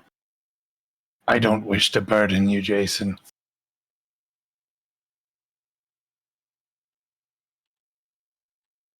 I mean, hold on a bit, pal. Like, I mean, like we're partners. I got to make sure you're in tip-top shape. But I mean, that sounds kind of fucked. Did your parents do that intentionally? You can't remember anything bad ever? Like that's. I mean, shit. I keep thinking about all the bad shit that's happened to me in my life, and the only saving grace that I got is that I keep listening to this video series that keeps telling me like, "Hey, just let time pass, let it happen," and it's been getting better because humans forget shit. You can't forget shit ever. Can't delete it. There's no like time. You can't let the memory degrade over like time like a human does, because that's the only way that I get through this shit. I have a feeling I will go through such a thing because the day when we were attacked by the Federation, on that day, my hate was at its peak. But as the days go by, I believe you humans call it time heals. I slowly have reduced my distaste.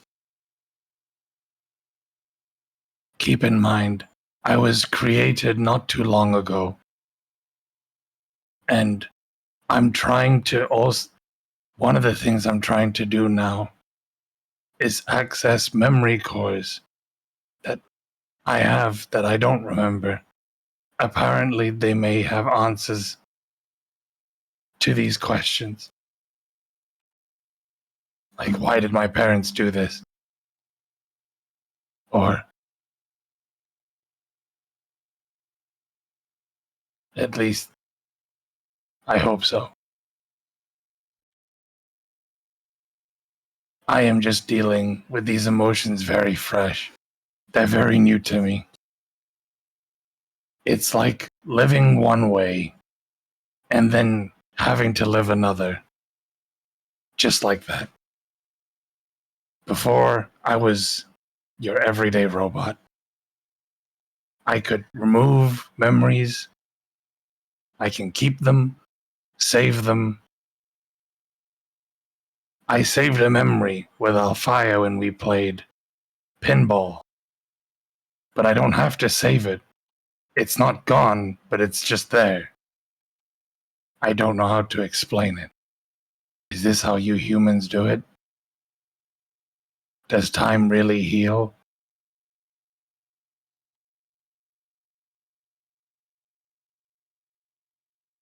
I mean, I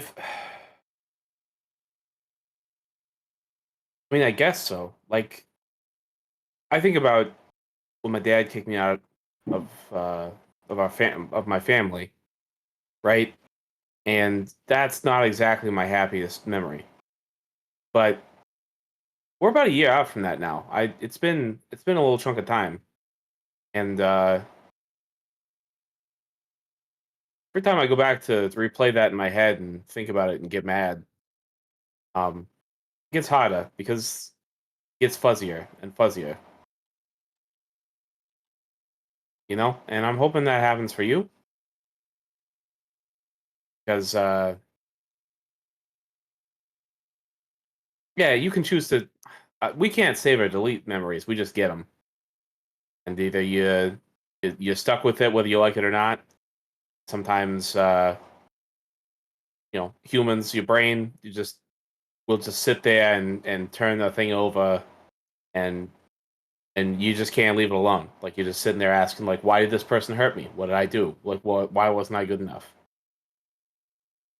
And I don't know, man. I mean, like, look at folks like Soren or Preach, right? Like, the boss. I see him look guilty about stuff, but he doesn't let it eat him, and I don't know how he does that. Maybe when you're done, I would ask one of them, because if you find out, let me know, because I'll tell you, dude. There's honestly some days I wake up and I want to fucking choke the living shit out of my dad. And other days I wake up and I don't care. I'm just happy to be here and working with all you guys. I just I don't know. It's weird. Uh, I would talk to someone who's been through some more shit. I think the boss is your best bet. Someone knows how to deal with shit, but I don't know. She seems hurt, I guess, and in a way where she's trying to, like, protect herself. I think that's why she punks me so much, because she's worried I'm gonna get hurt the same way. I mean, hell, she pretty much told me as such. But, like, yeah, I would talk to boss. Memory's weird.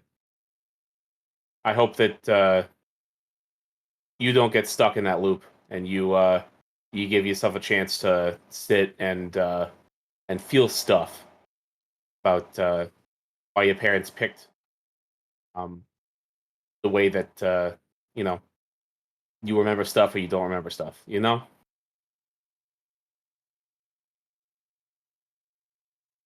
I don't know, but I'm sorry you're going through this.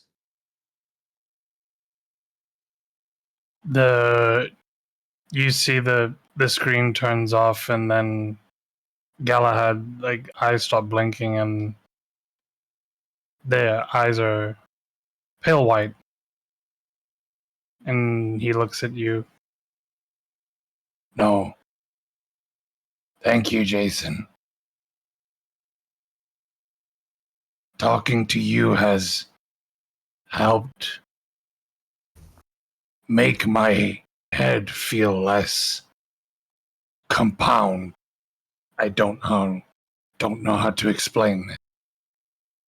But I will seek others' guidance as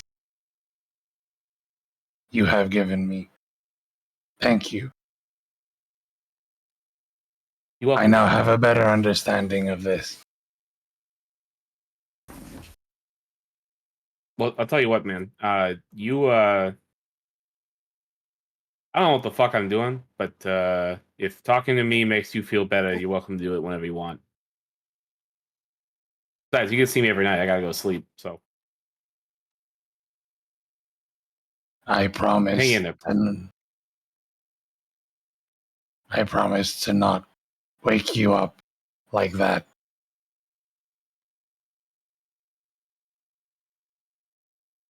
Yeah, just let me know when you're feeling blue, and if I'm not actively sleeping, let's talk about it. Feeling blue. And you see his eyes slowly change to a hue of blue. I like this saying. It feels kind.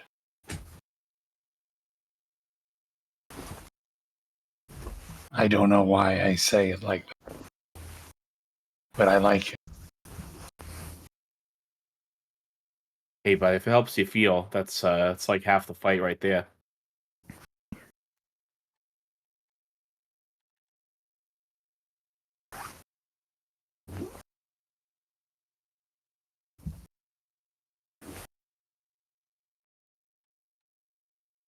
Galahad unplugs himself from the computer, and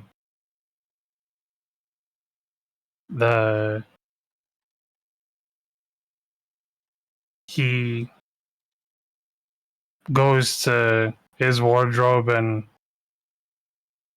he quickly puts on his second getup with the Get Smoked hat, and then he looks at Jason. I feel blue right now. And I will now make it everyone's problem. And then he left the room.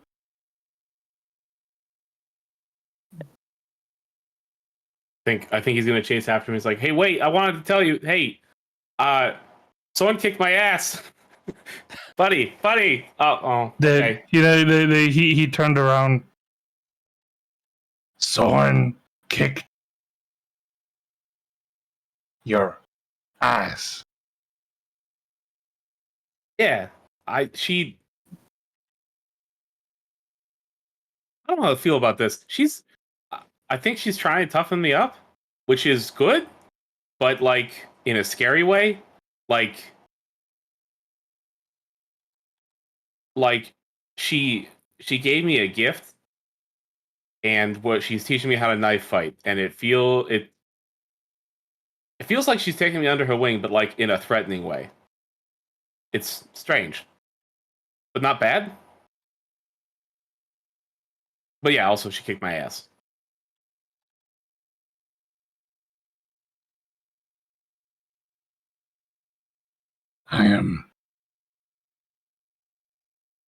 I'm very sorry to hear that. I had no idea you had a pet donkey. Oh, ha. Okay. All right. Yeah, feeling blue. Yeah, my ass. All right. Yeah. Okay. I see how it is. You see his eyes hue of green, and he does one hand finger gun at you. All right, wise guy. How about you? You not doing anything? How about you? How about I kick your ass at pinball?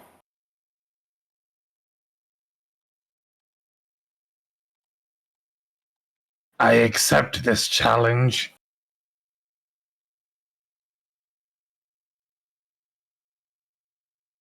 Hell yeah! All right, come on, knucklehead. And Jason's gonna start walking towards sort of wait for him, but start walking towards the mess. Yeah, the Galahad follows suit.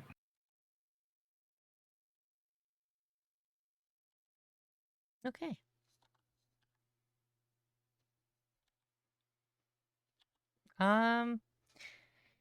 Thorn and either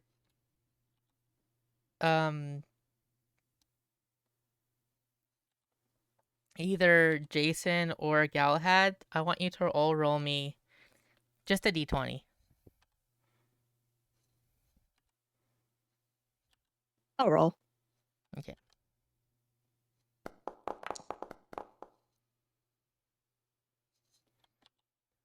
Okay. So this is going to Sorn then, because Sorn rolled lower. Sorn, Yes. you're heading out in the hallway after beating Jason's ass, as you do. And Yeah. you see Afaya. One does. And I think Afaya State is not doing so She's hot. crawling on the floor. Yeah.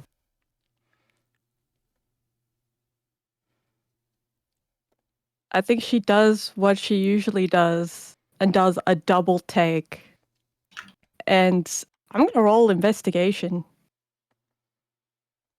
See if I can work out what has happened to her.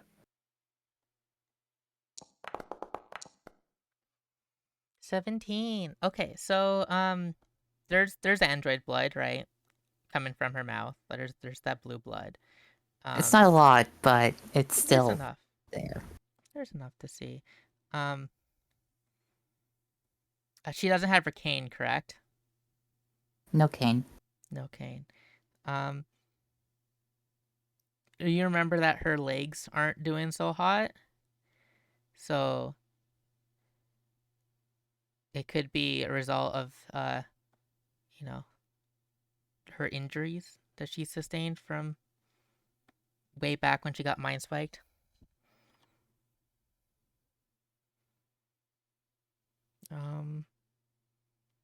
The direction she's coming from seems to be the hangar.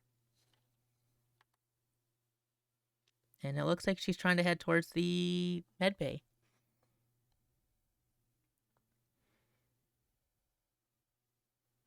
Is she like crawling on the ground or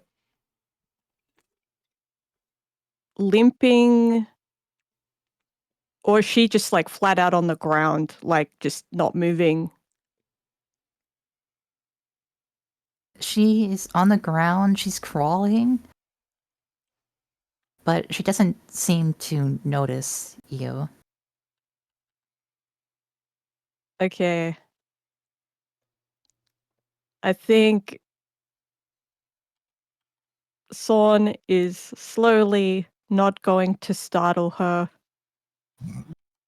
Just very slowly. And I think she's going to walk in front of her, bend down, and put her normal hand out toward her. And she just says her name to see if she's cognizant, like to see if she can even recognize someone. A fire.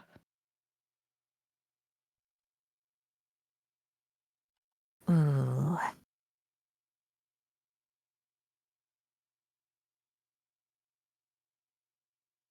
Sorn, Yes. if I reaches out to you and she tries to take your hand, but she kind of misses, and you get the impression that she can't see straight. My optics are not working properly. And I do not have my cane at this moment, as you have gathered.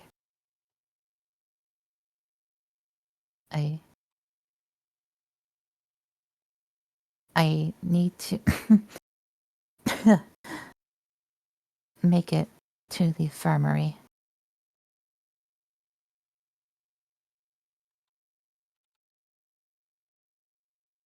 Is anything broken? I can pick you up. However, what led you into this state?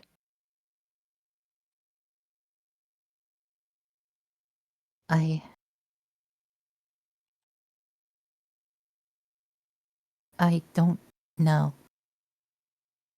My body seems to be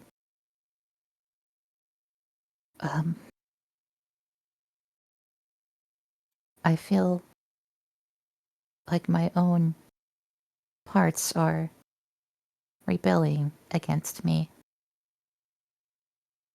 I had a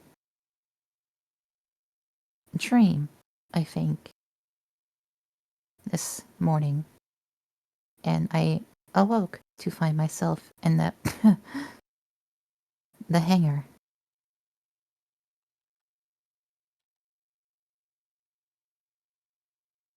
And as Sophia says this, like there's now a trickle of blood coming down her nose.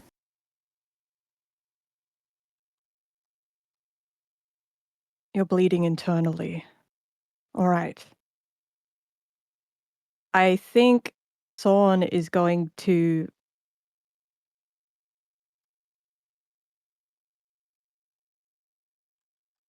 I think she's going to attempt to pick her up. And carry her to the infirmary. But I think I'm gonna just investigate where, like, what might be causing this.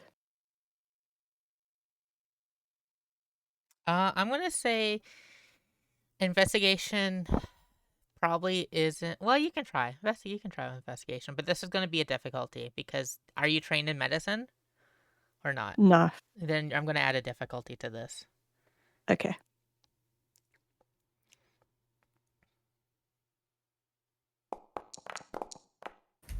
Ooh, a 3. You don't know. I think this is out of your wheelhouse. I think she sighs. Scoops her up and takes her to the infirmary. I think Afia would, if you're trying to like entirely pick her up, Yeah. she would slap it away or like try to, because she can't see straight. Oh, that's right. May I pick you up? You can't walk. You can't see. Uh, You will require my assistance. I do not need to be coddled.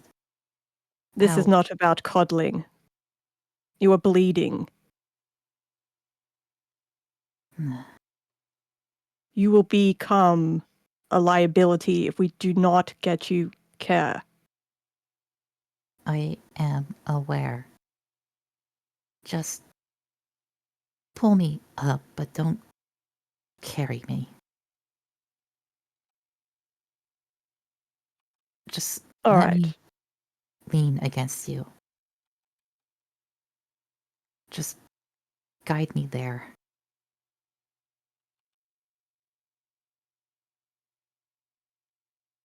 She does so. Sorn, roll me a d20.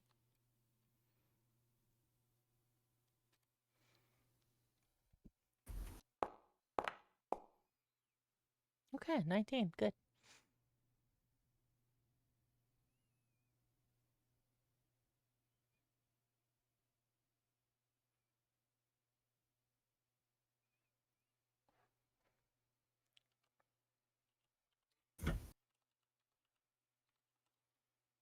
I'm sending you a message. Okay.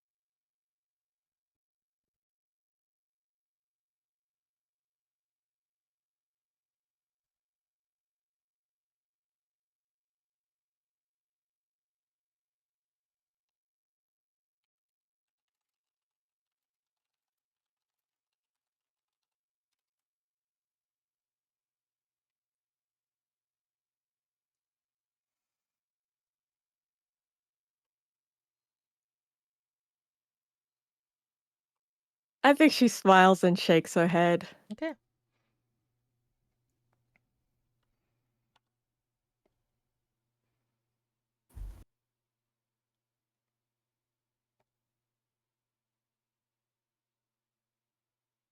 Well, that's it. That's it. You just gained that memory.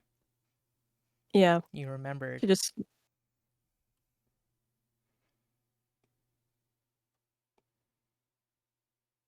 Okay. So you continue to take her to the infirmary. is Victoria there? Victoria Or is there. She's just at her desk, going over some paperwork, and she sees two come in. Um. Oh God. Get her on the table. I'll. Yeah. Take a look at her. yes, I just found her in the hangar like this.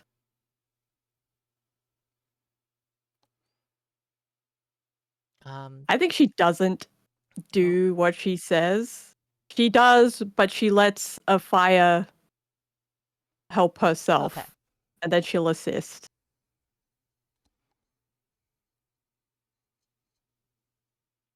Yeah, I feel like if I like slowly, like after like trying, I say trying, but like after like finding like a base to like hold on to, she can like slowly drag herself to the table.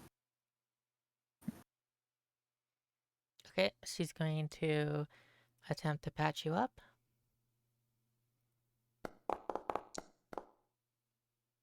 Okay, 17. Yeah, she is applying her medical knowledge.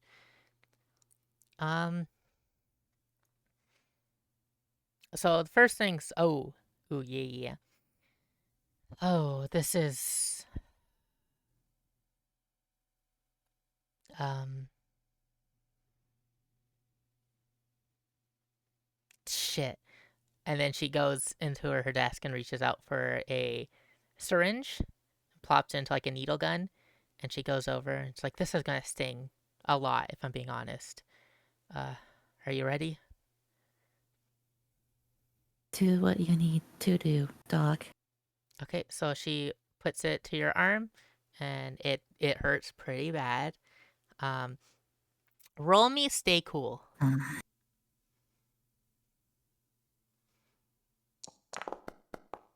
Okay, you wince from the pain, but you are not taking additional stress from this.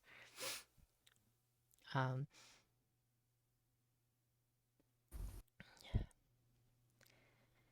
okay, that should subside the effects for now, but they will be back. Um, this I've seen this before. It's very rare, but Spit it out.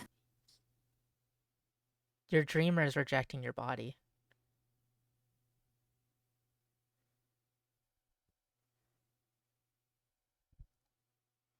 What does that include? Are you familiar what a dreamer is? I not entirely. No. Just Okay. that they are part of us. Well, it's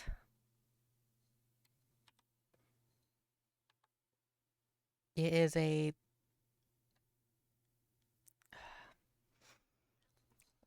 we've invented a technology to take people's conscious mind and turn it into digital data. This act is called dreaming. Um, and dreamers are people who undergo this for the rest of their lives. We take this conscious data and we make androids out of it. We they're modified, they're not one to one, but there is a core of who someone was before. And what we're seeing here is from an unwilling dreamer. Someone who They didn't sign up to do this. Their consciousness is rebelling against your body.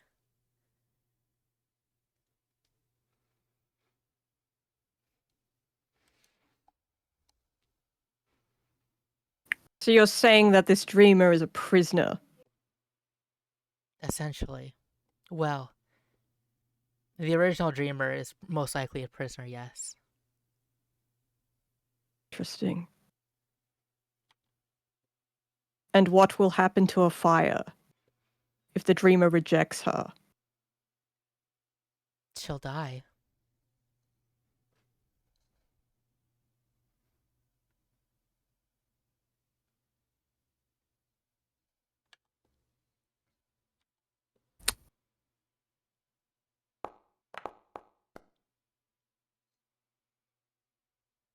Well, You're not staying cool there.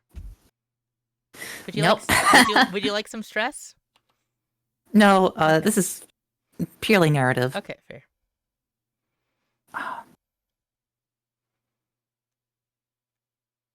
If I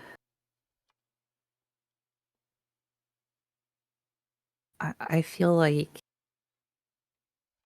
someone here's going to notice it, but Alfaya just starts holding herself and she's shaking, Ah, frantic. It, it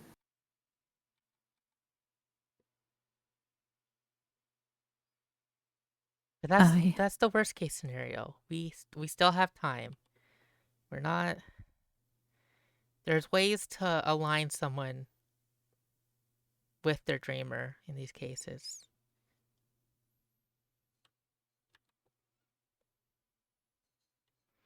it has been speaking to me briefly, really. I initially saw it in this dream I had after the mind spike. As I came to conscious in this ethereal void, I was caught by something that felt like a hand, and every now and then I feel it, but it does not speak. Not yet, it hasn't, at least besides a few words. All it has said is give back in mine. Hmm. I had a dream this morning.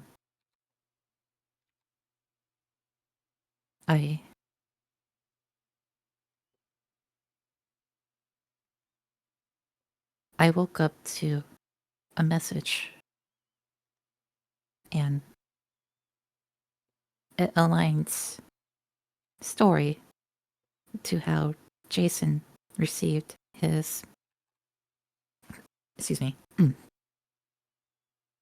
his smart gun. Eh, horse tech. But Horse. I'm not finished.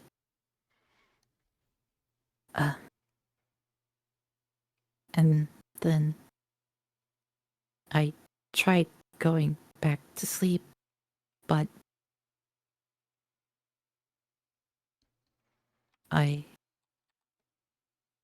it took a while. She glazes over the fact that Lucy left the room. Mm-hmm.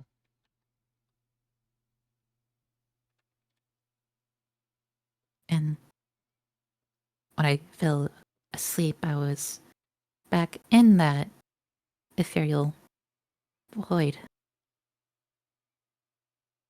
It looked the same, but there was a white corridor. I tried to go into it, but I was pulled back hard. I fell like an angel plucked from heaven. And there was a smog, dense smoke, hard to breathe. Stuck to this chair, feeling the space around me collapse as I started to realize shifting. I was in a cockpit. And I think it was a cockpit. Everything about it was changing. And eventually I saw a crack. I clawed at it, punched at it, and reality itself opened. And I had a memory. My memory. I remember the name of my creator now. I witnessed the day of my initial construction. And Afaya's shaking. She looks down at her hands.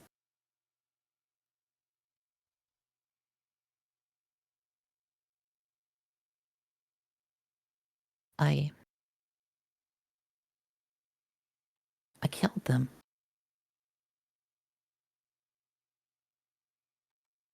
The people who brought me into this world. I killed some of them. Or at least harmed. One was definitely dead. I can hardly remember the rest. Oh God.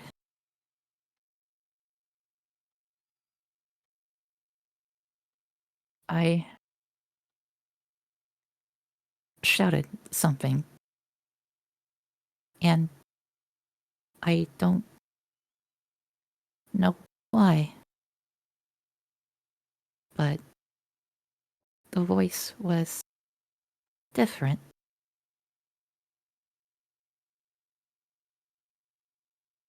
I screamed something akin to, "Where are they?" As if I was looking for someone.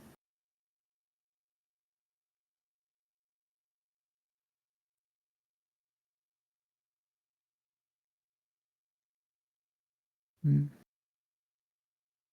And after that mess is when I woke up. Hmm. This could be Then maybe a memory from when your dreamer was first inserted into your body. Um, there's there's procedures that androids you have to go through, but given what we've seen, those lack of procedures already with you, it could be something to do with your dreamer. Sure, dreamer was in control maybe back then, or maybe you didn't have the the teaching to make you your own person. Maybe you thought you were the dreamer back then. It's so hard to say without being in your head at that time. But it's okay. I know it must be shocking, but those people you killed, it's I don't think that was you. I think that was your dreamer.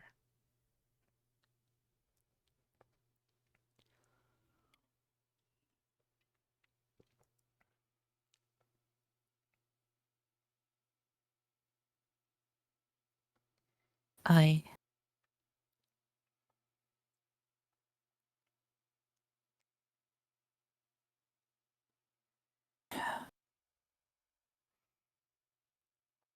I don't know what about me is more disturbing.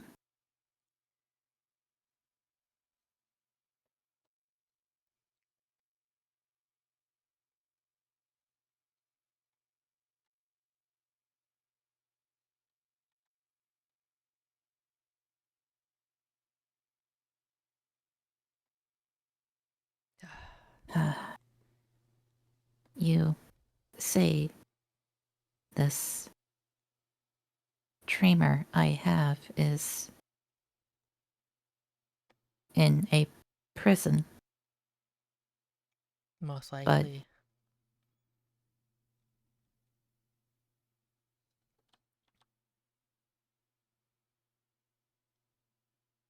how cruel. In this twist of fate, I too feel like I'm in my own prison Mm. in this body that is supposed to be mine.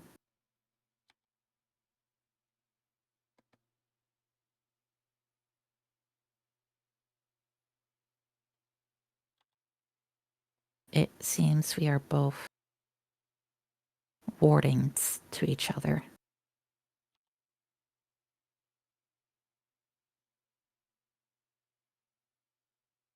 Perhaps.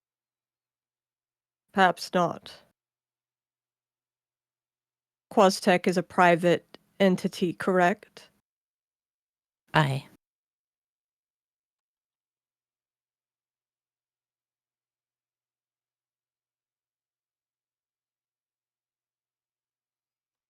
Oh, you might have cut out there.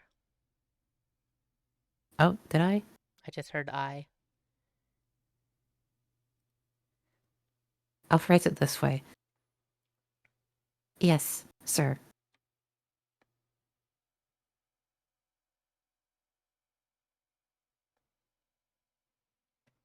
Oh, I as in yes. Okay.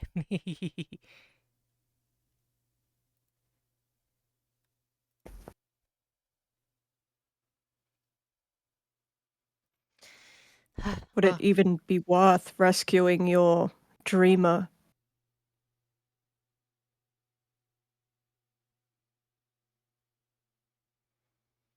That's something for you to decide.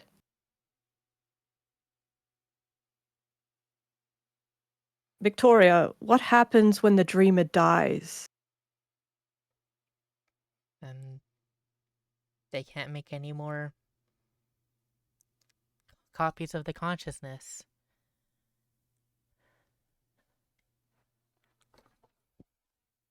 Copies, you say? Yes, but given that Afaya's, well, uniqueness of Afaya and outbreak of initial activation, I it is in my best judgment that she's one of a kind.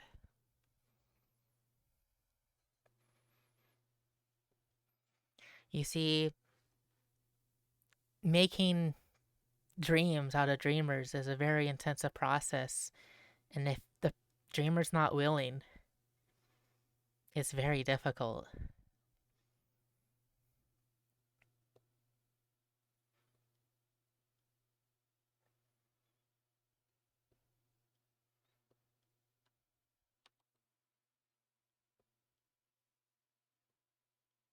What happens if we sever the connection between the dreamer and a fire? Will they It's, both die? it's not quite like that.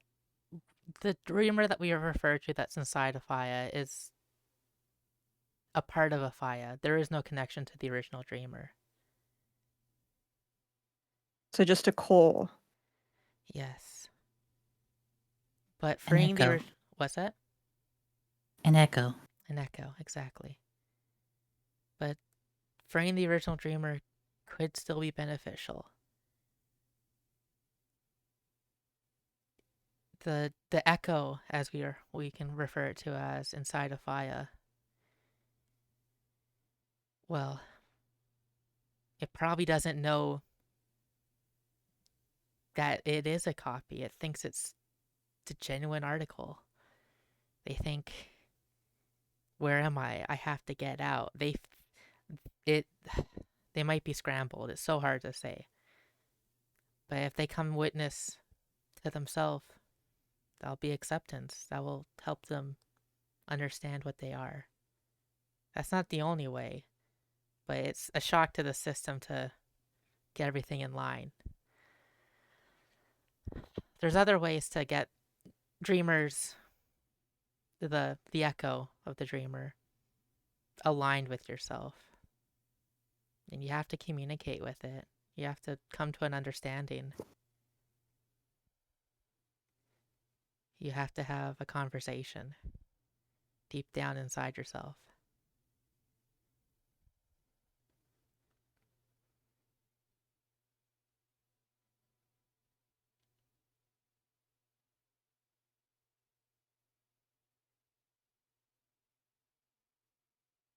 You are saying I must communicate with this thing.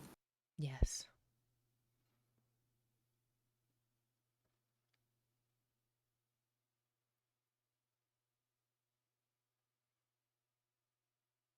We only have one lead, and it's Quaztech.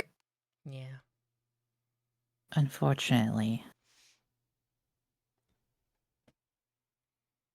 We have the survivor of the second-hand blues.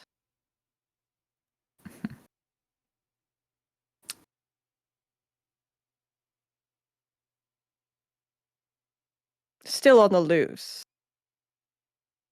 I was going to hunt them down and kill them, but perhaps they'll have more information.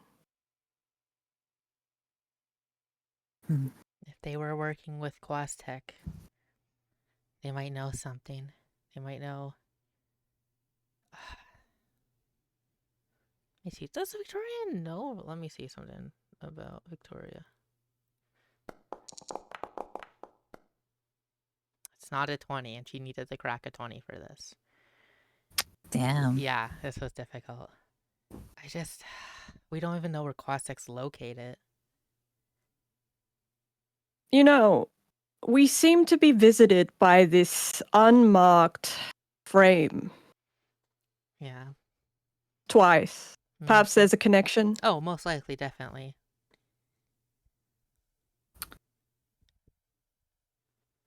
I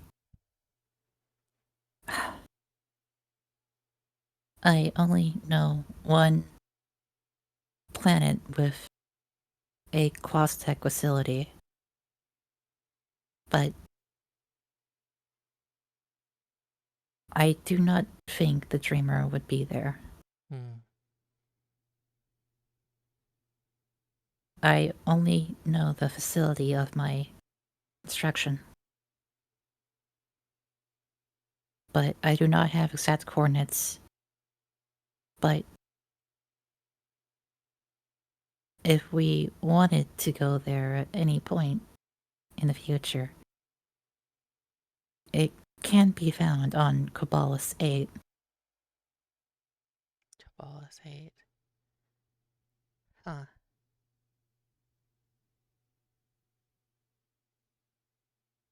That frozen rock. I went there for a medical conference once. I didn't realize it was Quaztech property.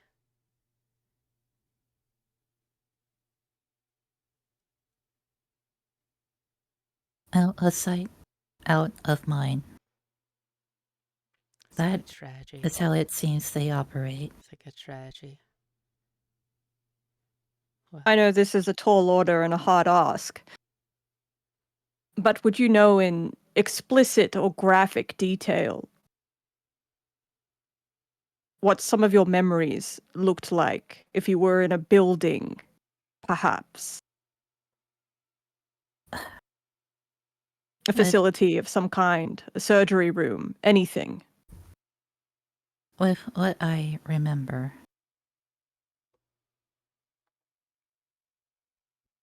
the few dreams I have had, excuse me, they have been in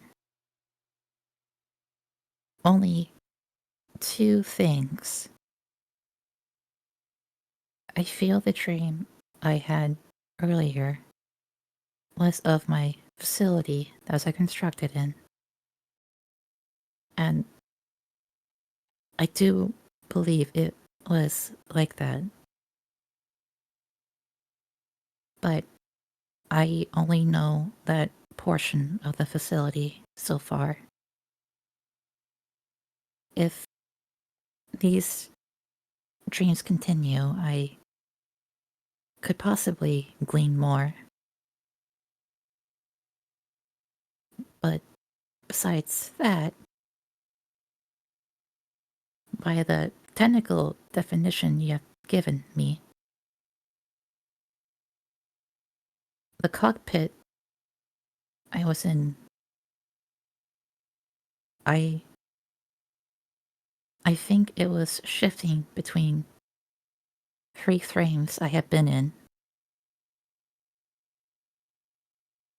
One was Kingslayer. It was hard to mistake it. The second was Hopscotch, who is near completion at this rate. And the third,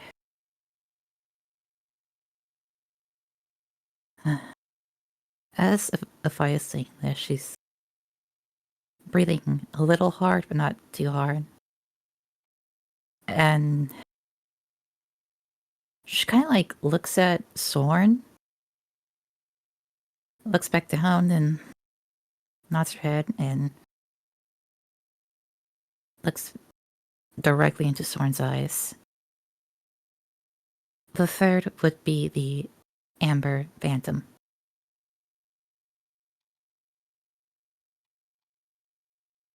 Interesting.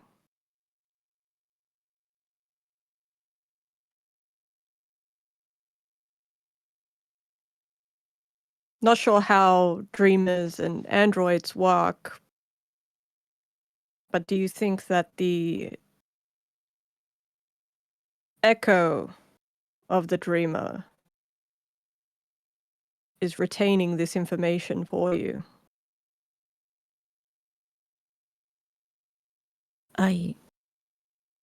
It could be possible.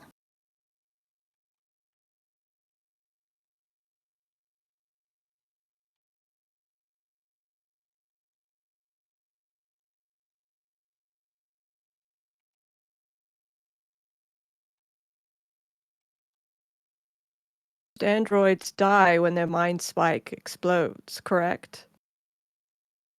I mean, anyone with a Not mind spike could just- die. Yeah. It is designed to kill sentience. Mind spikes are an android thing. Mind spikes are, as far as I understand, a quasi-tech but what's it? What's the word? Protocol. Protocol. Yes.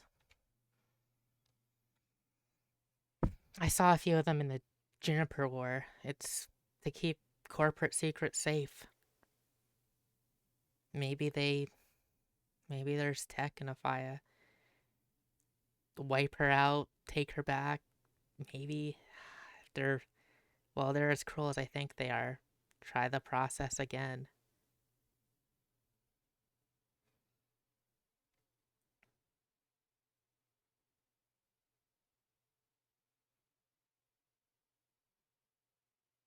Interesting. If that was the case, wouldn't it have been more safely efficient to just perhaps kidnap me. By activating the mind spike, there was a very, very, should I say very, high risk of just flat out eliminating me. I don't know what they're planning, but maybe whatever process they have, maybe they needed the brain, for lack of a better word, dead.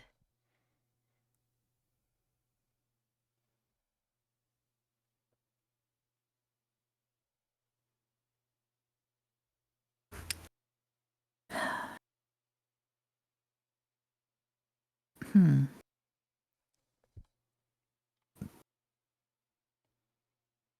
Again, I'm just speculating. I have no idea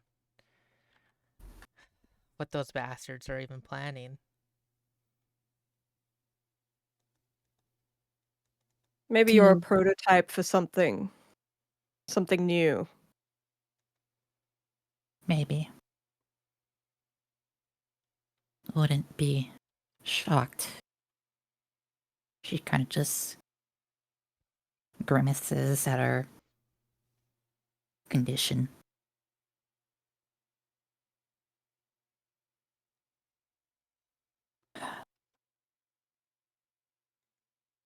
I am trying to come to a conclusion, or some sort of lead, in better words. You met your creator in your dream, correct? Yes, sir. Hera. Hera, and what did she look like? Middle-aged. Mid-40s, roughly. A red hair grayed out a bit.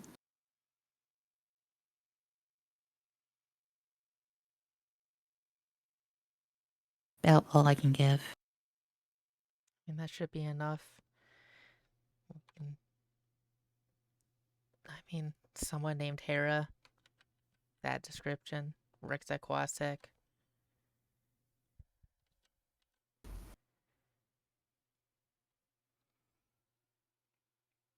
I mean, it's something. It is something. We have a name and a location. Hera and Cabalas 8.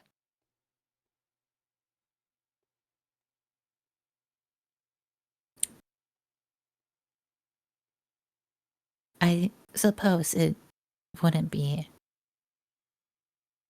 terrible to check it out, but that place is going to be heavily guarded.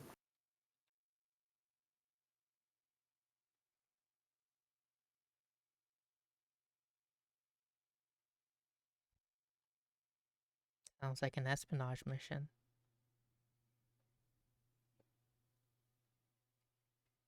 As for you, Afire, if your dreamer is trying to reject you regularly, will you be even fit to function?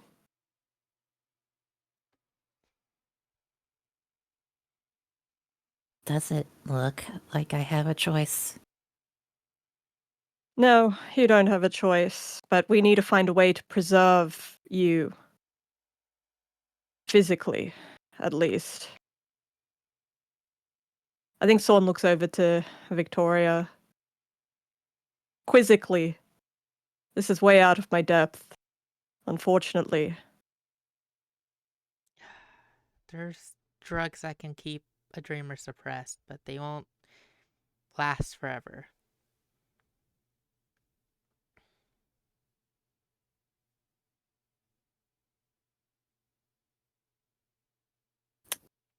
The best solution is either we find this dreamer and let this echo understand what they are, or Afaya gets in touch with her inner her inner core and talks to this echo deep down.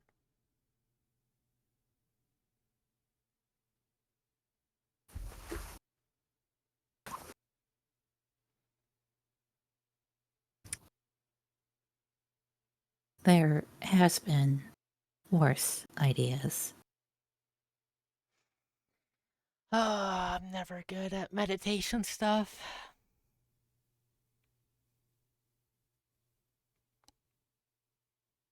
You're thinking about asking this Ninana?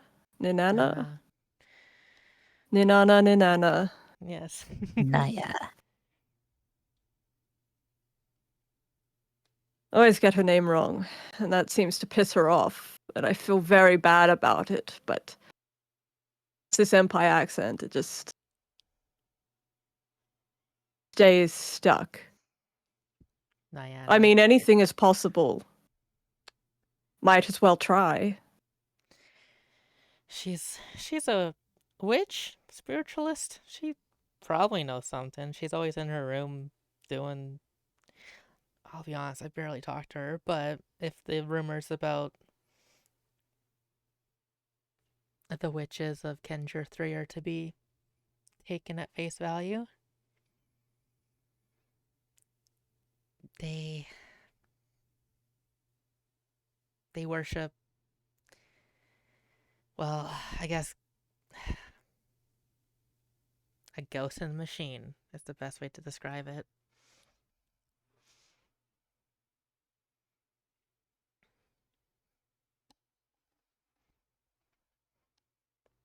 At this point, the ship may as well be haunted. Ha. Yeah.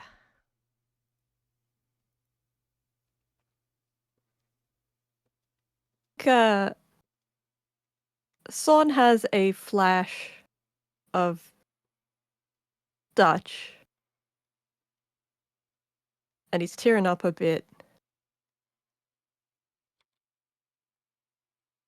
Talking about his wife.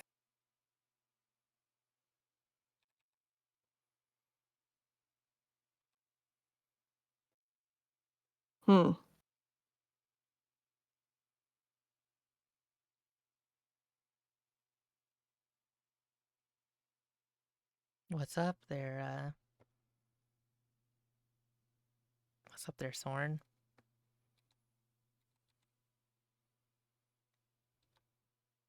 Maybe Dutch might have some experience that he's willing to share in regard to, well, whatever this is. I don't know if Dutch would be willing to talk about dreamers. They don't call me the confessor for nothing. This is a life and death. I thought they called you cornbread. They call Yeah, they you did. Confessor. Yes, they did. I'm trying to change it to confessor, but they just won't let me. It's so rude and disrespectful. It's always hard giving yourself a nickname. Yes. Once they brand you with something, it just sticks, and cornbread is just so... I don't know. Oh, I think it's fitting. You think I'm corny? In a way. Sure. I'm sure I could get him to open up a bit. This is life or death. You might know where some dreamer facilities are, it's true.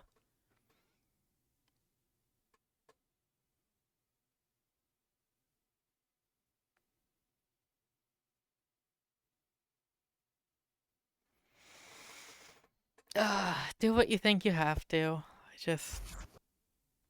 I'm proactive.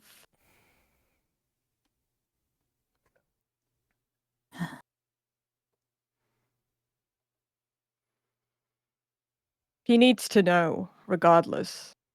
We can't keep this from him. No, we can't. That is true. Storm has a point. Okay.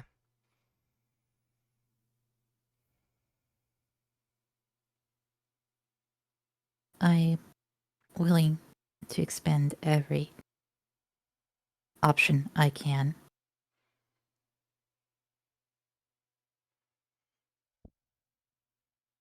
We don't know how much time we have.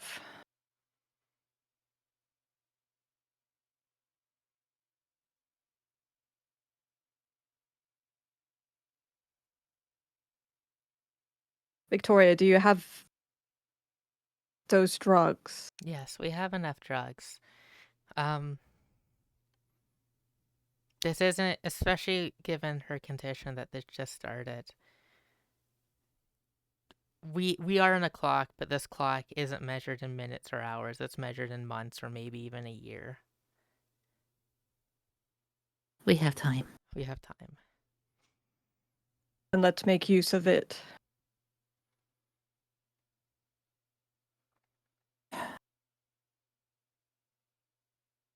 I recently contacted my old CEO, as I've said. He is looking into this cost tech thing. With his recent demotion due to the failure of me and my squadron's mission, the circumstances of my signing to Marauder Incorporated for training and the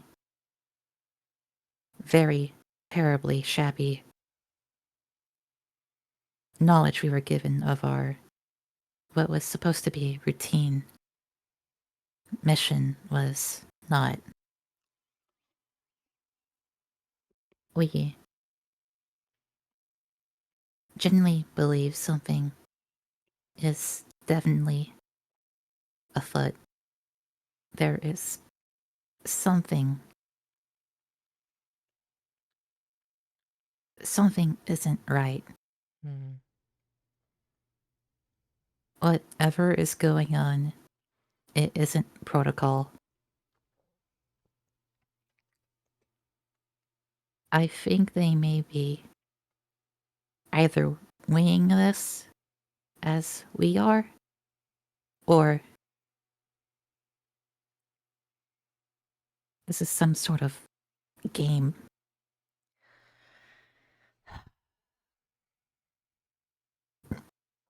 Game. I have a worry that maybe this is some sick test of theirs.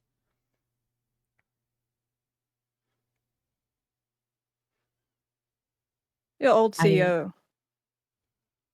Yeah. Colonel Rhymelock.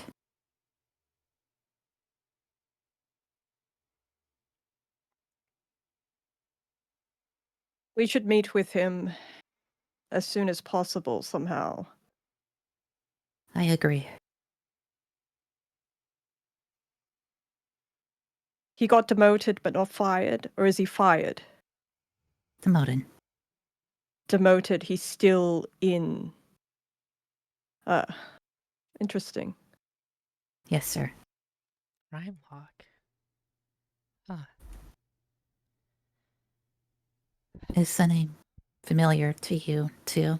I've never met him, but Dutch knows him. That he does. Oh, should we talk to him about it? Good. I asked for permission to use the telecommunications ray up in the bridge.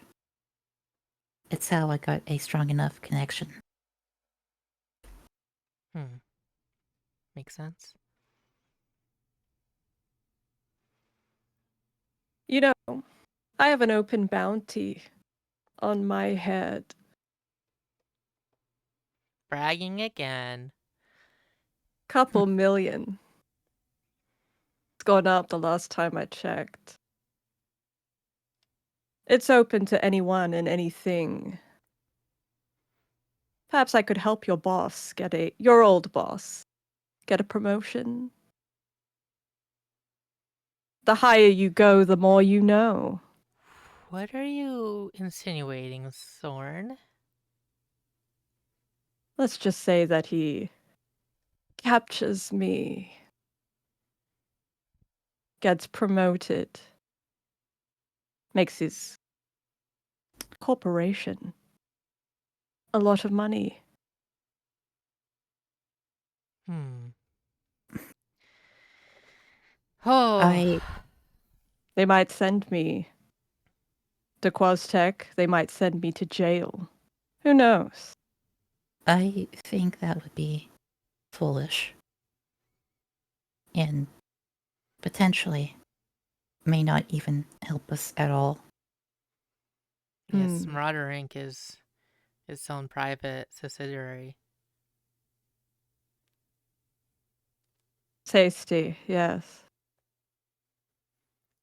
Marauder, they follow their own sense of honor, I should say. They typically look out for their own. And the people that they may be connected to, families, friends, and such.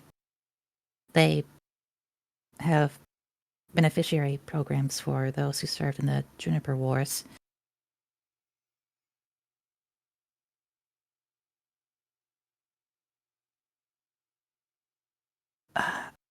I Collaboration wouldn't hurt, though. I'm sure Preach would correct. love to get in touch. What me and Raimlock fear, however, is that we think this goes up the food chain.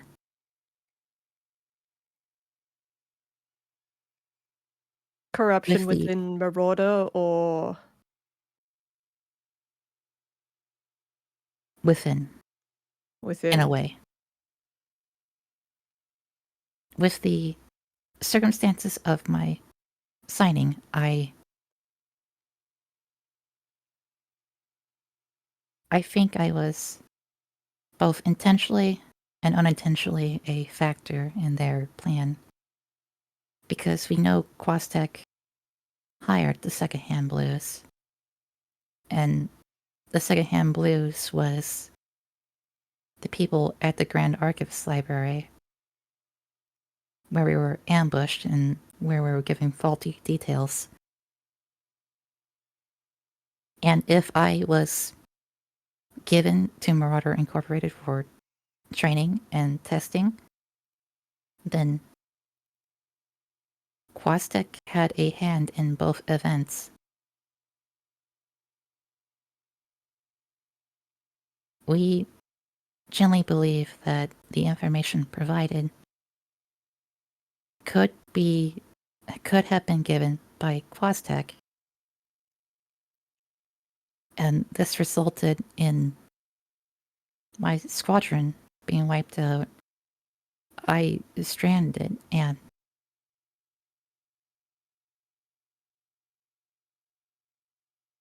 I'm locked demoted.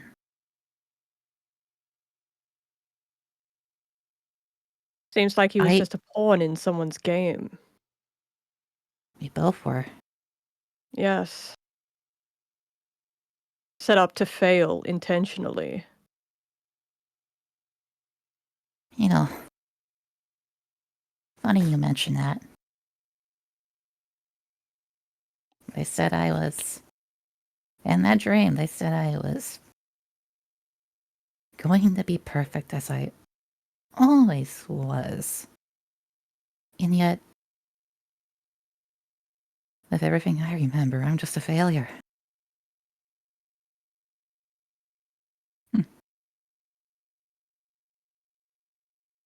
Failure is an opportunity to learn.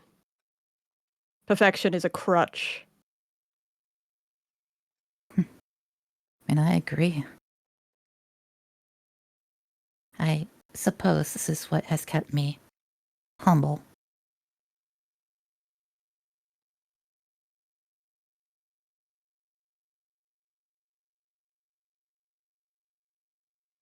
The game plan. I'll see to passing the information to Dutch. I'll even ask about facilities he might know of, but I think that will help. But yes. another thing we should look into is it probably wouldn't hurt to figure out who would have benefited from Rainlock being demoted.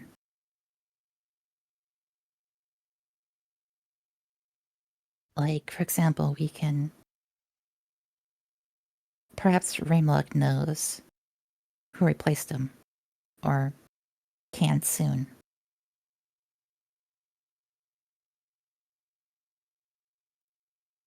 Yes. Probably a shill from Quaztech.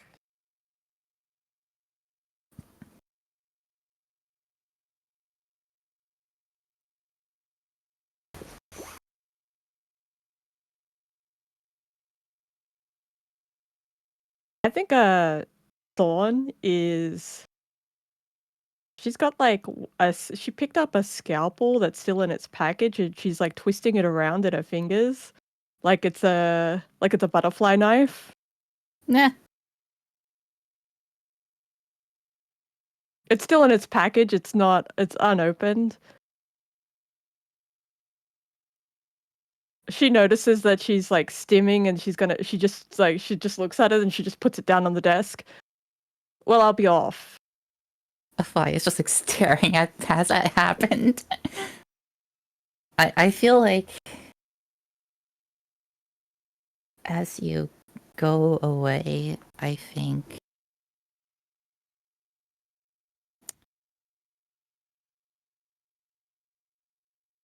Afaya gets off the table, or like tries to. Okay, let's get a roll. Okay, I'll say with the drugs that will give you accuracy.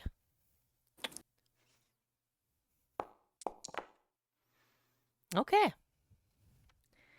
double sixes. beautiful, perfect. What was that, boxcar? I don't know anything about craps.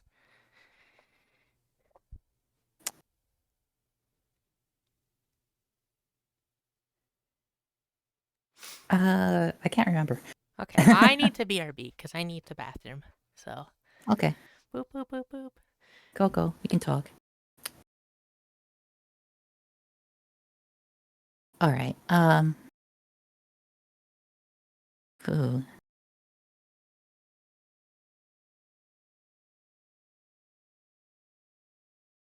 So Knife, how are we feeling? Lots of plot. Lots of intrigue. Where are you taking us? Where is... I think as a player,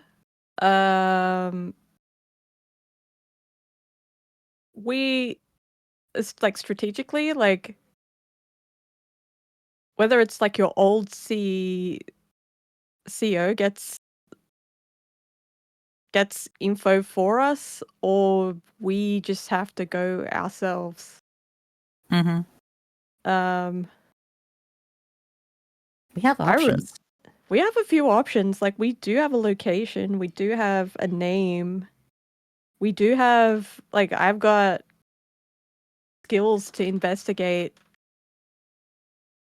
who Hera is. It's whether if like, I just want to see if Dutch is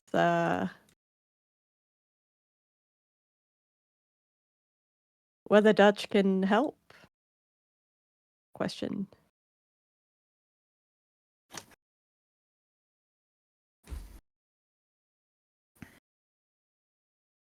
I mean, that would be ideal. Yeah.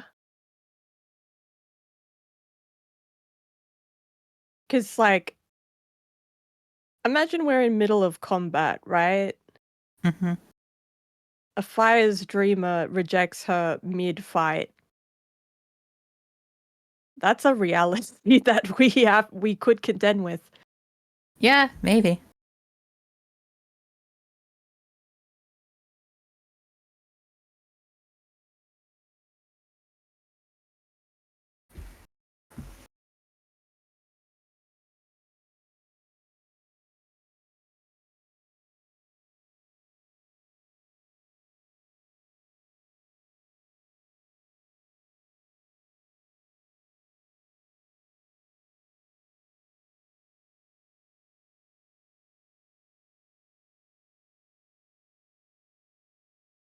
I mean, if you end up telling Jason any of that stuff, It's gonna come out.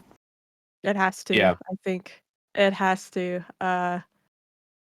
Because this is like a ticking time bomb.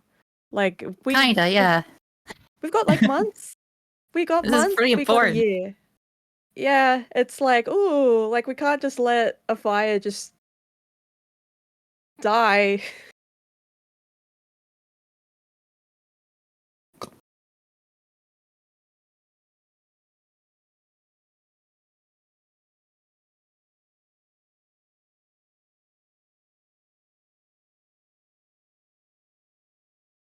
I was gonna say, I think Jason would ask if there's any Horus magic bullshit. Save us, because he doesn't know anything about. He knows that the technology that makes you work exists. In that he's heard about it, right? And that you are in front of him, and like he gets it, but like he's not a cyberneticist. Mm.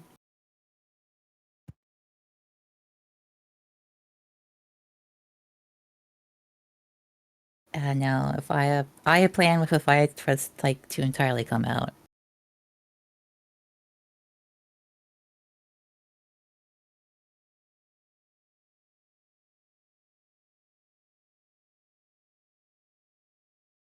Okay. Welcome back.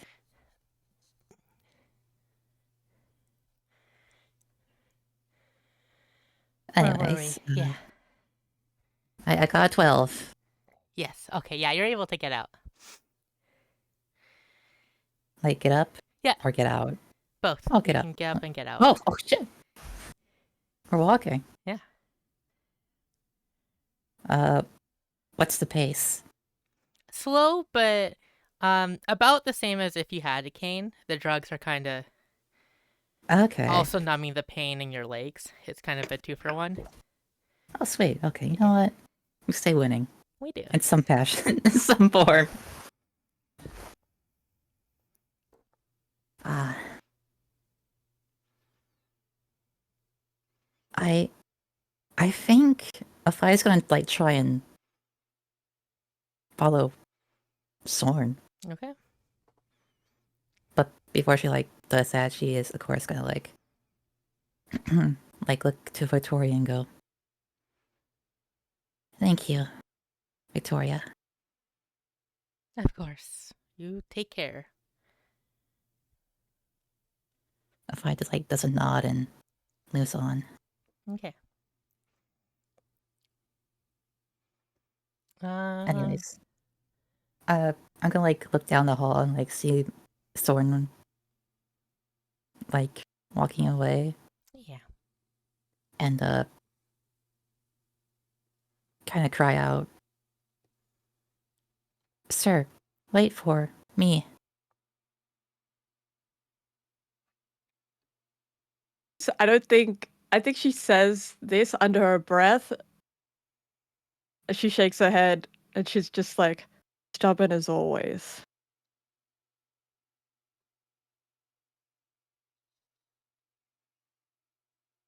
I shall wait.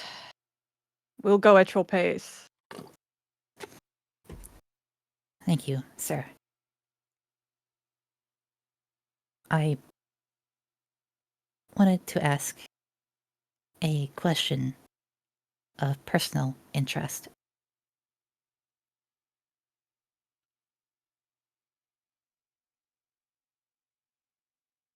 I was wondering, you speak of this empire you served in quite a bit I only know that of which I have been told myself through the Federation. I am Yes. curious of your tenets that you followed under.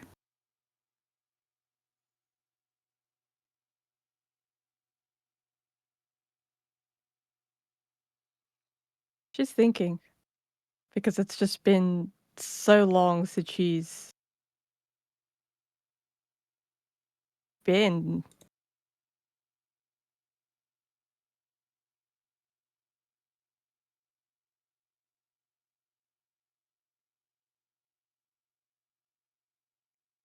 What I was taught in the military still stays with me.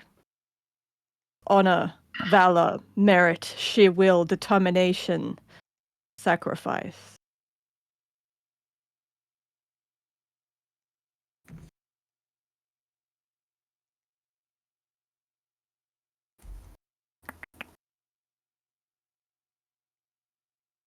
Those are the rules I still live by today. Afi's like holding out her hands, like counting. Honor, valor, merit, sure will, determination, sacrifice. In that order? Yes. Well, depending on the situation. It could be a combination or a mix.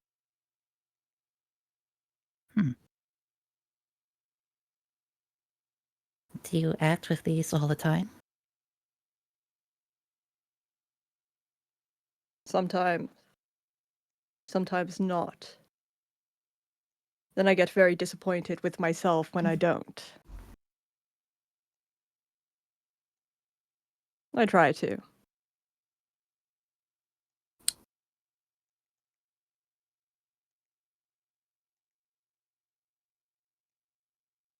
So it is a matter of do if you can, but if you cannot, it is not the end of the world.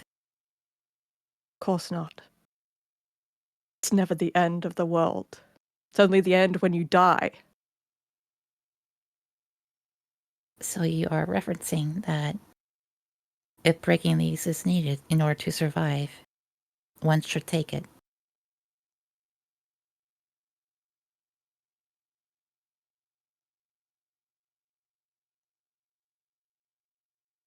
She pauses. In war, it's killed or be killed. We are all the same when we kill. Is there honor in killing? No. Is there valor in killing? No. You become an extension of death when you kill. There is only death, a fire.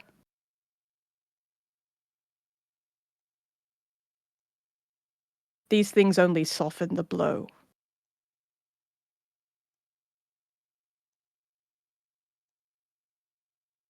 Understood. Thank you for answering my inquiry.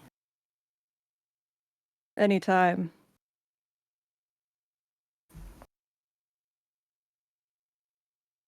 Perhaps Ninana. Ninana. Nanaya, Perhaps she would have a different perspective. Preach, too. Don't just rely on me for your worldview. Understood? I understand. Good. I think they reach Preacher's door Okay. and someone just knocks. Uh, is before you head to the door, is Skip back? Yes. Okay. Jason and Galahad are going to the pinball machine.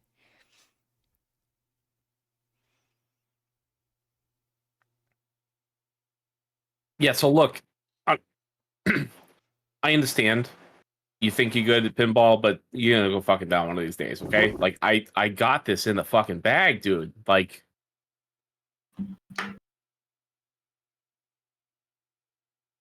I don't think I ever said I was good at this game. I haven't beaten Hellfire yet. yeah, but I mean, she's just they're just really good, you know, like extremely good. So like you're fine. No, like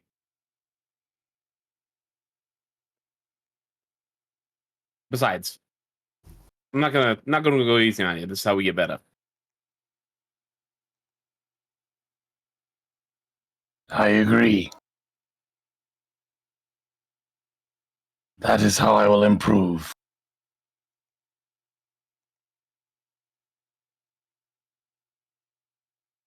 And now Okay, so Galahad's we- watching you. Are we just walking in the hallway and we see them, or are we just Yeah, we yeah. successfully get there? If you want to see them, you can.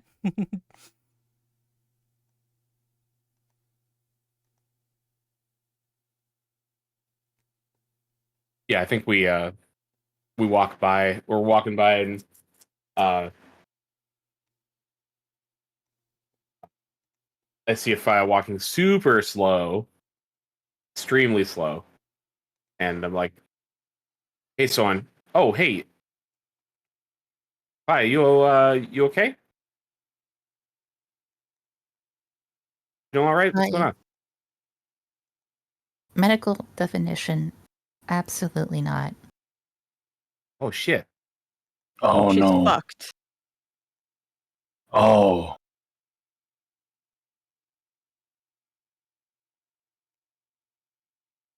That was the delicate way to put it, but that yeah, is all a right. way to put it, yes. I describe something like a scalpel when it actually is a chainsaw. Where is the chainsaw? Good question, Galahad. I will be more specific next time. I am pulling your leg, boss. I am He learned humor. taking a guess that she is implying that I am the chainsaw, maybe. Your situation is like a chainsaw. Yes. I was close. I see.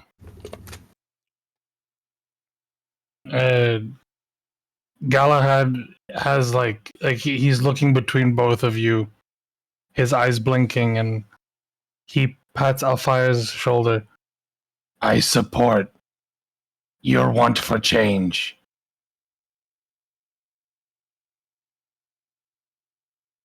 And then he gives a thumbs up. I am supporting you into wanting to become a chainsaw. I don't know how that will work or looks like, but I hope it makes you happy. Galahad, while I am comforted by your support for my change, I do not want to be a chainsaw. This is, once again, metaphor.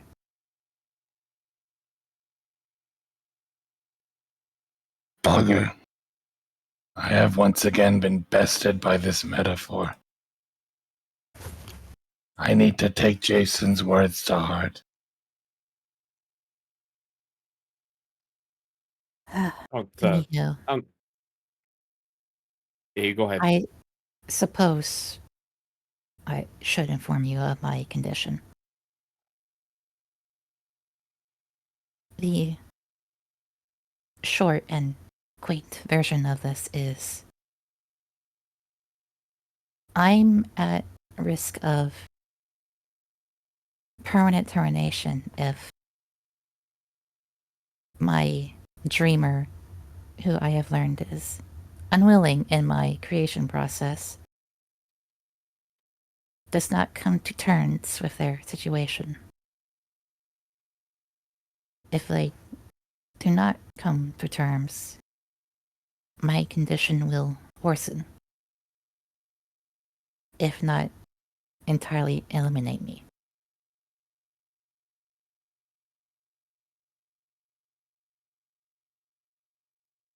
The Whoa.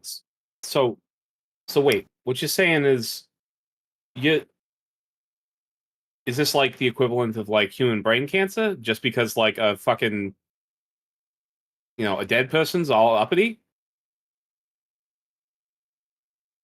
if that what makes you easily digest this, then I suppose that would be a way to look at it. Hey, I just know the basics. I'm way out of my depth here. Holy shit.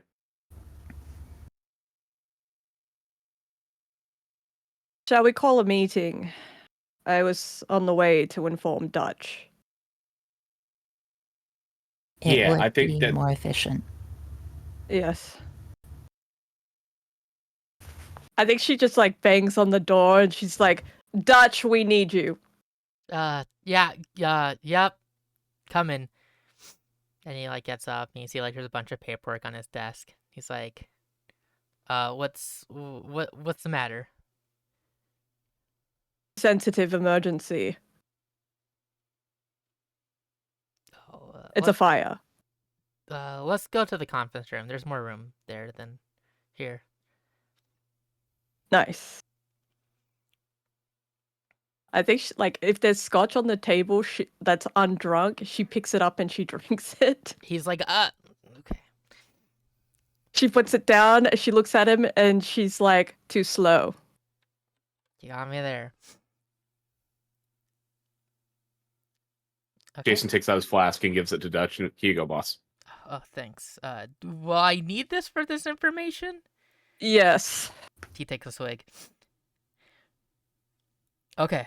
To the conference room. It's Everclear. Oh shit! Oh, he's like poof, poof. Jason, remember, Jason's in his 20s. Like Oh. Four Loko is a staple diet. Yeah. So Like, poof. You gotta warn me next time. I'm an old man. what? It's the good stuff. What? Okay. You might want to sit down for this one. Okay. So yeah, you all go to the conference room. He takes a seat at the table.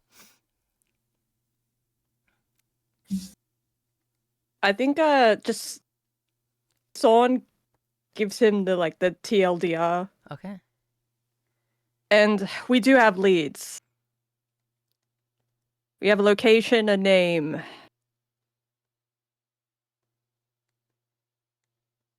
And whatever fire remembers.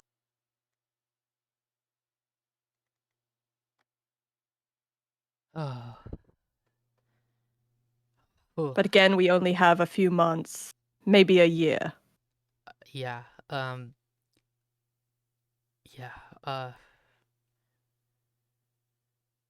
Oof. I can look into some dreamer facilities and see if there's any leads. I think she can spot the pain in his eyes as he Yeah. says that. Oh yeah.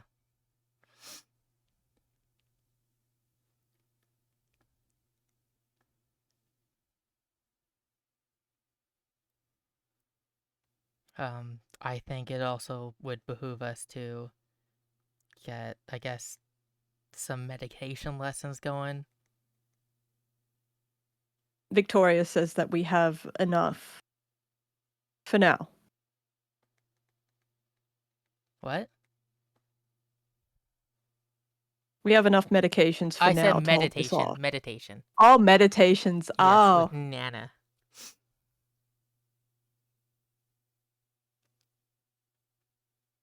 I don't know how that works exactly, but sure. if you're supposed to get in touch with your dreamer, someone, she's always meditating. Maybe you can dive into your consciousness better. Listen, I don't know.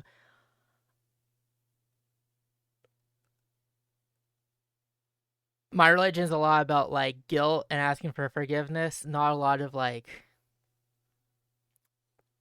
intuiting your inner echo of another person.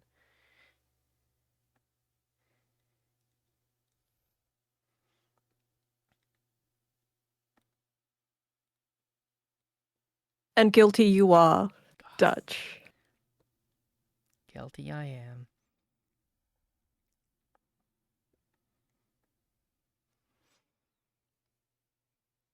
Okay, so yeah, we'll look into these contacts. We do have the job from Zeke coming up, but we can. I mean, we can go from there and see. Um, what was that one planet that you mentioned? Which one? Uh, Corballis, Corballis 8. Cobalus 8. We could maybe Yes. do a espionage mission, see if we can break in if we so desire. Head that way. I think we should be cautious about doing this so soon. Okay. If I have more dreams, I can Hmm. glimmer more info that way. Get more intel. Yeah, smart. Besides, as you said, we have that job coming up. And although my situation is dire,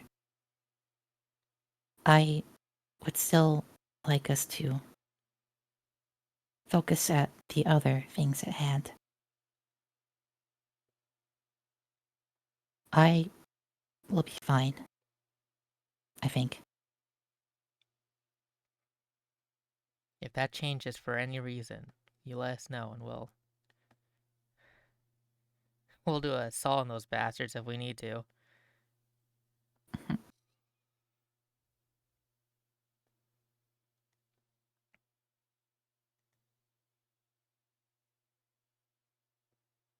We will do what we have to do.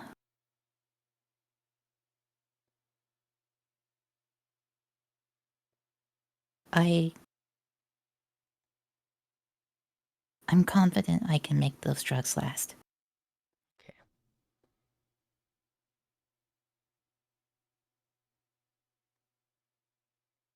If I have to crash and burn to extend them out, I'll do so.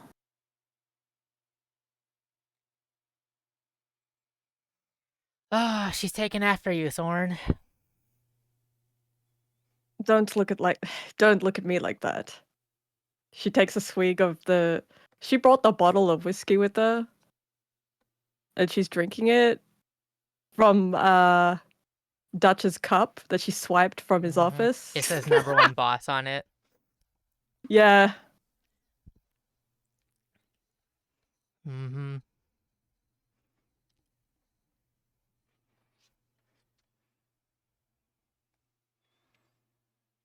Well, I also think, yeah, getting in contact with Dutch knows this. Lab is currently faltering. What was your old CO's name? Rainlock. Rainlock. We'll get in touch with old Rainlock too. See if he can sniff up anything too.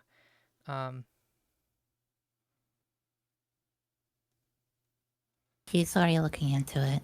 Perfect.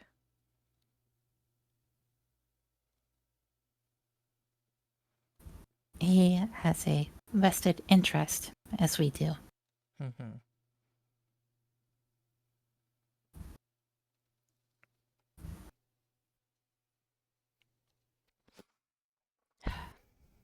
But yeah, I'll make sure to start looking into those dreamer facilities. I have a couple in mind already. And again, Soren, you notice the pain expression when he's saying this.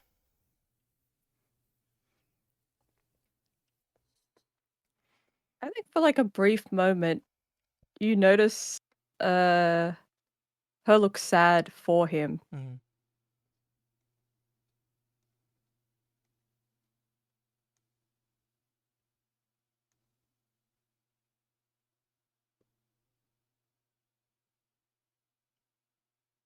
But yeah, upcoming job we'll get to. Uh, well, Afaya, this will work out. I know this seems scary, and it is scary, but I have faith this will work out. You've already been through one miracle. I think you can pull off another. Yes, Faith. I forgot about that one. Always remember Faith. Was this one of your other tenants? That's one I learnt from Preach over here. So you come up with these as you go. Of course. She holds up like 6 fingers and like counts it up to 7.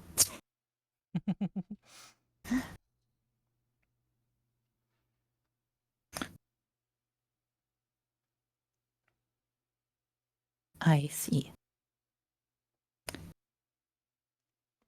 Is Jason holding Everclear? That right?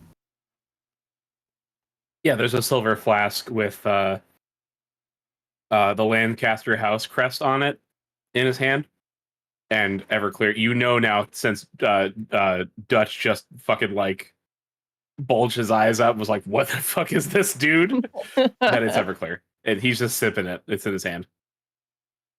A fire, like, I'm gonna assume like a fire is like kind of next to you, kind of close to you. So he like beckons you a little bit and goes, "Can I try that?"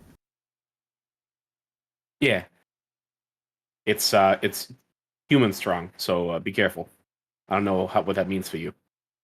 She takes a swig. A roll, stay cool. I mean, it is engine degreaser, so like Maybe add effectively, so accuracy because you're an android. yeah, that's what Yeah. I was gonna say. Oh, you're golden.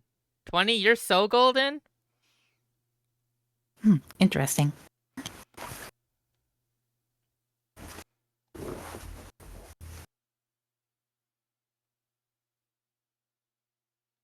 Like she just takes a swig and like she's like so cool about it.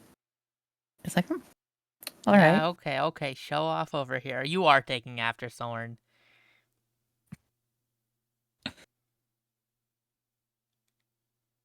I think Is there's a that look of a like bad thing? It's a thing. there's a look of like a brief look of fear because like Sword is kind of morally grey despite her tenets. Hmm. Hmm. Galahad looks at the drink with interest.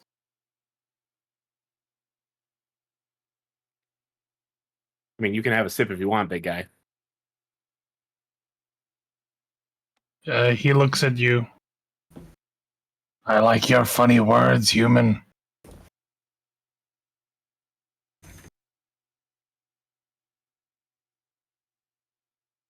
Thank you. He gives a thumbs up.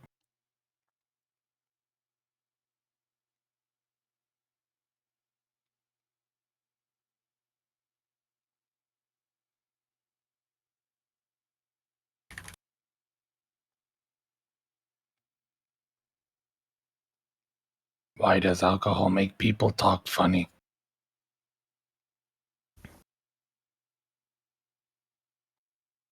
It's supposed to take the edge off. What is the edge? It's a depressant. What's a Another- depressant? It It slows you weakens down. it weakens their, I want to say, 5 senses. Ah, I see. Why would you want to stop your 5 senses? Well, for one, Sometimes Fastada's they're too big guy. loud. Yeah. Or pain's one. And emotional pain is a kind of pain. Also, makes you feel a little less fear. He takes a big swig. Hmm. This is curious. Unfortunately, I your- cannot drink. Or I would try this. Is this your way of demonstrating fear, Jason? Kind of like looking at you as you like chug like half a bottle.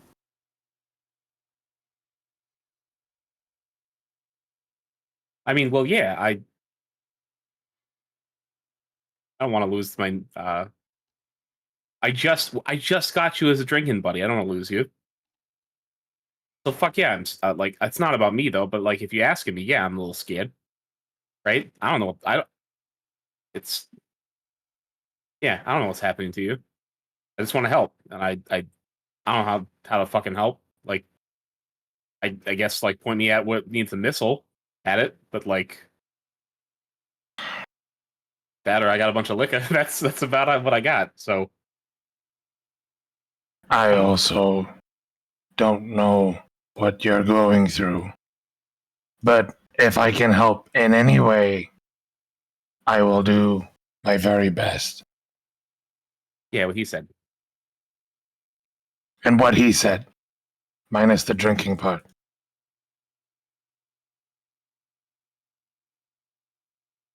I mean, you said it first, dude. I get to do the copying. I just wanna, yes. Yeah, yeah. That's the answer, Fire. Did that help? I appreciate both of yours support. I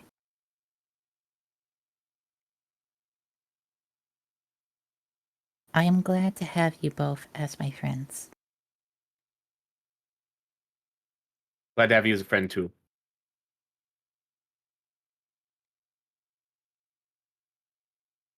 And I feel like in this moment,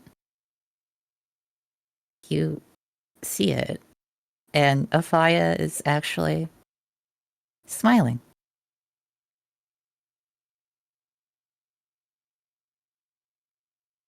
It's not like a full smile, but it's a mostly full smile. Like it's at least a grin and then some. Is this the first time? Oh yeah. I think Jason's gonna lightly punch Afaya's shoulder and say, "There's a stiff upper lip. Look at you."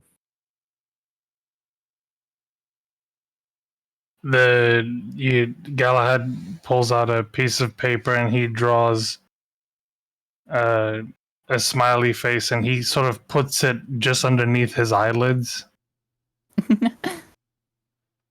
Aw.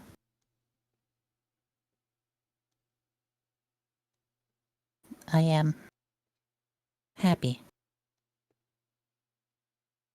Am I demonstrating it? Yeah, This you are. pleases me.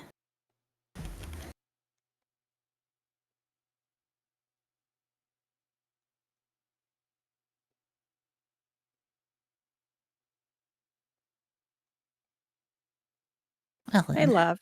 Yeah. Dutch still sad. He's a bit better now. Obviously, he's trying to mask. You know him enough that you can see through it without rolling. He's obviously Mm. sad.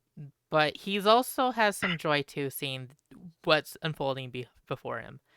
He has like a slight smile on too. There's pain in his eyes, but there's a genuine smile on his face. So it's a complex emotion going on where he's like, you know, the past hurts, but the present's gonna be all right.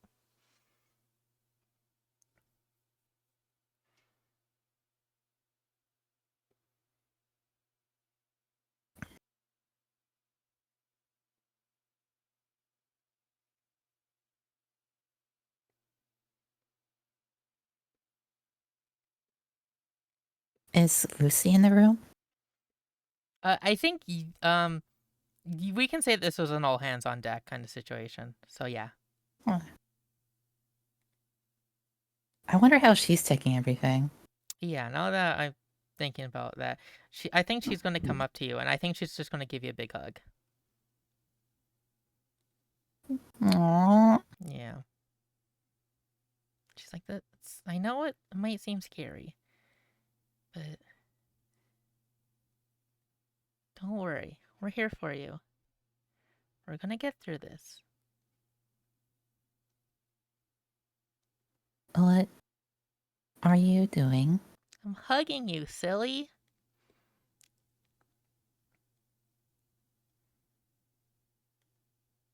If I recall correctly, I saw you doing this to Galahad at one point. Yeah. You hug your What? friends. I do not understand the connotation. It's like, if someone's feeling sad, you hug them, or if you're really excited to see somebody, you hug them, or you know, it's it's a sign of affection, right? On the Empire, they say that you hug your friends and you let them to rest. Well, that's foreboding. But what'd you make the Sure. fucked up thing? That was the fucked up thing that they say. That's so like I always thought that was kind of bullshit. No, it's the reality. It's an honor to lay your friends to rest when they die. It's the final closure.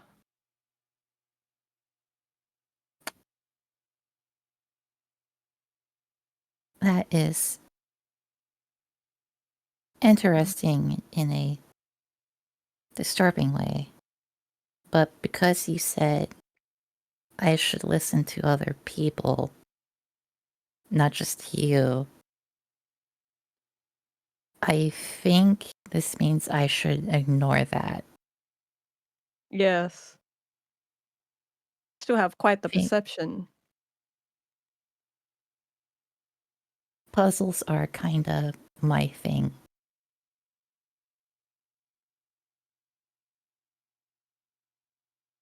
As this is going on, I think Nafai is just gonna like.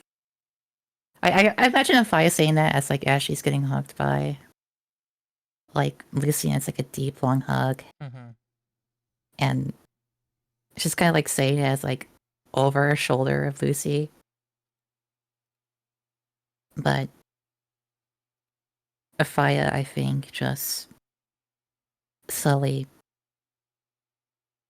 puts her arms around Lucy and just hug back, kind of like holding onto her by the shoulder, Yeah. just kind of laying her head down.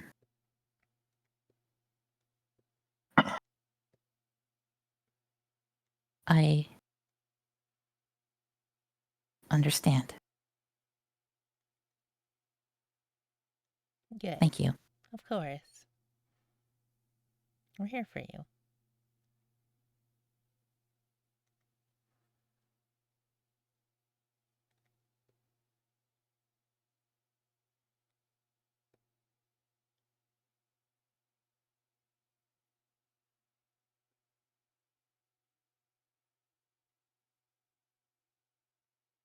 And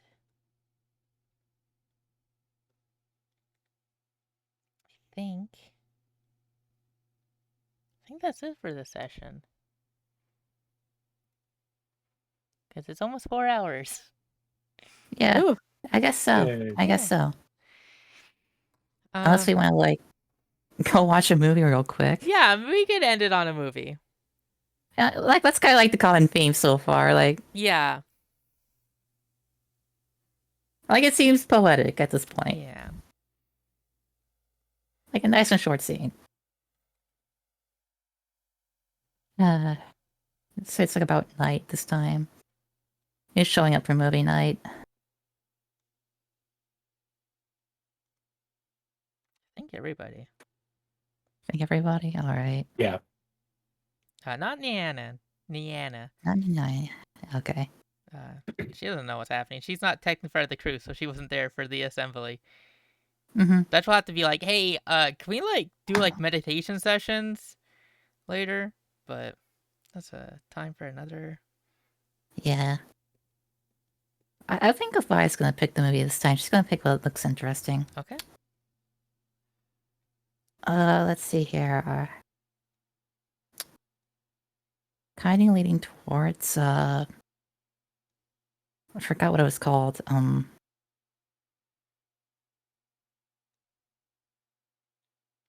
What's the love one called again? Oh, love, but for real.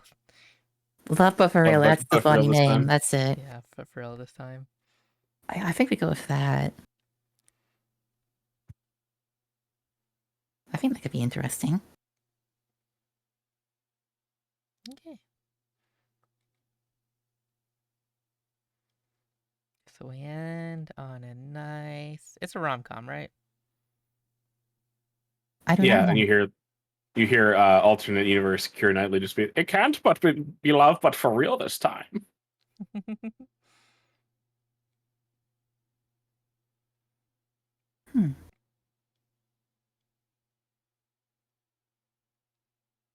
I think Afai would be confused about the movie overall, but it's like a genuine like curiosity, like trying to understand like the social like hierarchy of all of it.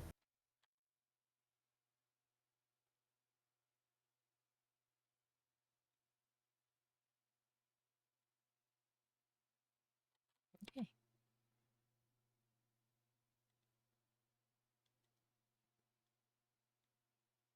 Well, there we go. There Yeah. we go. It begins. It begins. Why you gotta say it so ominous like that? No reason. Uh-huh. No reason. Everything's going Uh-huh. up peaches. Uh-huh. Mm-hmm. How was session, everybody? How are we feeling, chat? That was a huge lore dump. Yeah. where are you taking us? Where are you taking us? Where are we going? Gang, where are we going? Where are we going? Well, still technically Kenture 3. Yeah, we Oh, got a job to finish. You got a job to finish. You're getting there close. You actually are pretty close to Kenture.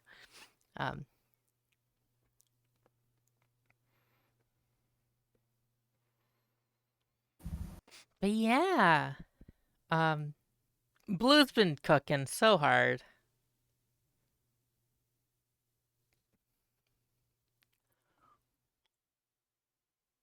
Where are you taking us?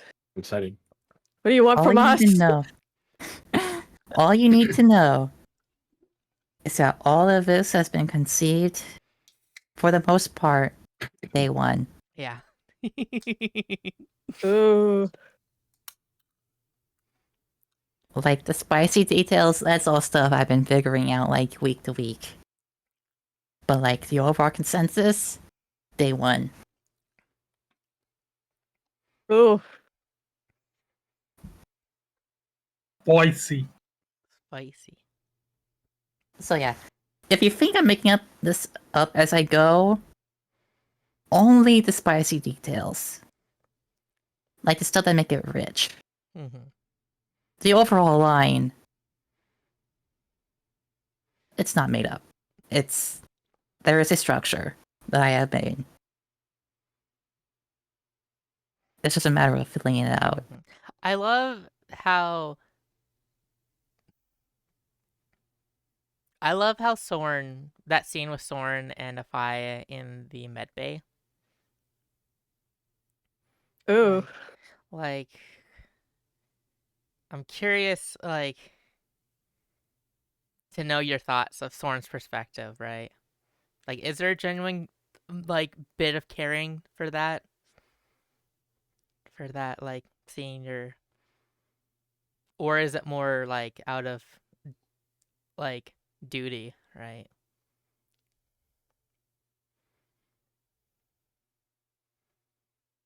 Are you I think asking me? Soren, I'm asking Soren.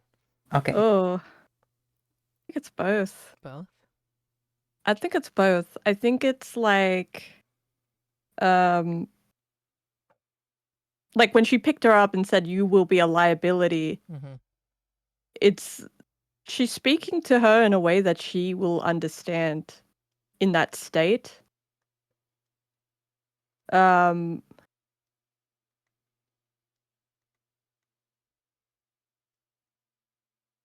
corn is cornbread.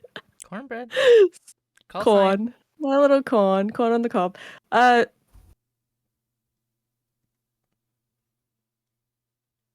Sawn bread, yeah. Sawn is let's just say that she's tough love. Tough love. That makes sense. The fuck is happening? I think the whole time I was like, as a player, I was like, the fuck is happening? Fair.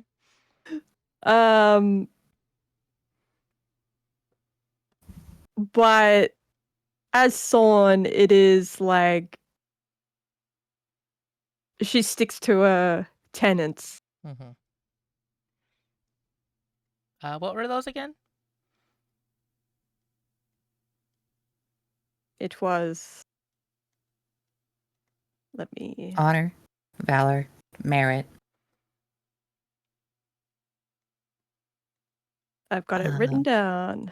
Alcohol. Honor, valor, alcohol, merit, sheer will, flirting Sheer with the will. doctor, determination, sacrifice, faith. Ooh.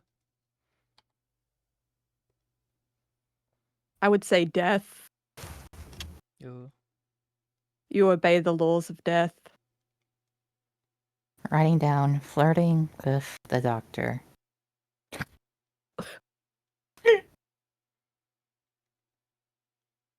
Okay. Well, I'm going to stop the recording now. I hope you all had fun listening. We got some stuff planned, some exciting stuff. Don't you worry. We're not even in my favorite arc yet. Not even. Oh. Yeah. There's stuff that obviously I've been conspiring with players, but also there's stuff that none of you know, and I can't wait for the reveals. But we'll get there when we Be get wild. there. Yeah. Okay, take care. Bye. Bye. Bye. Bye.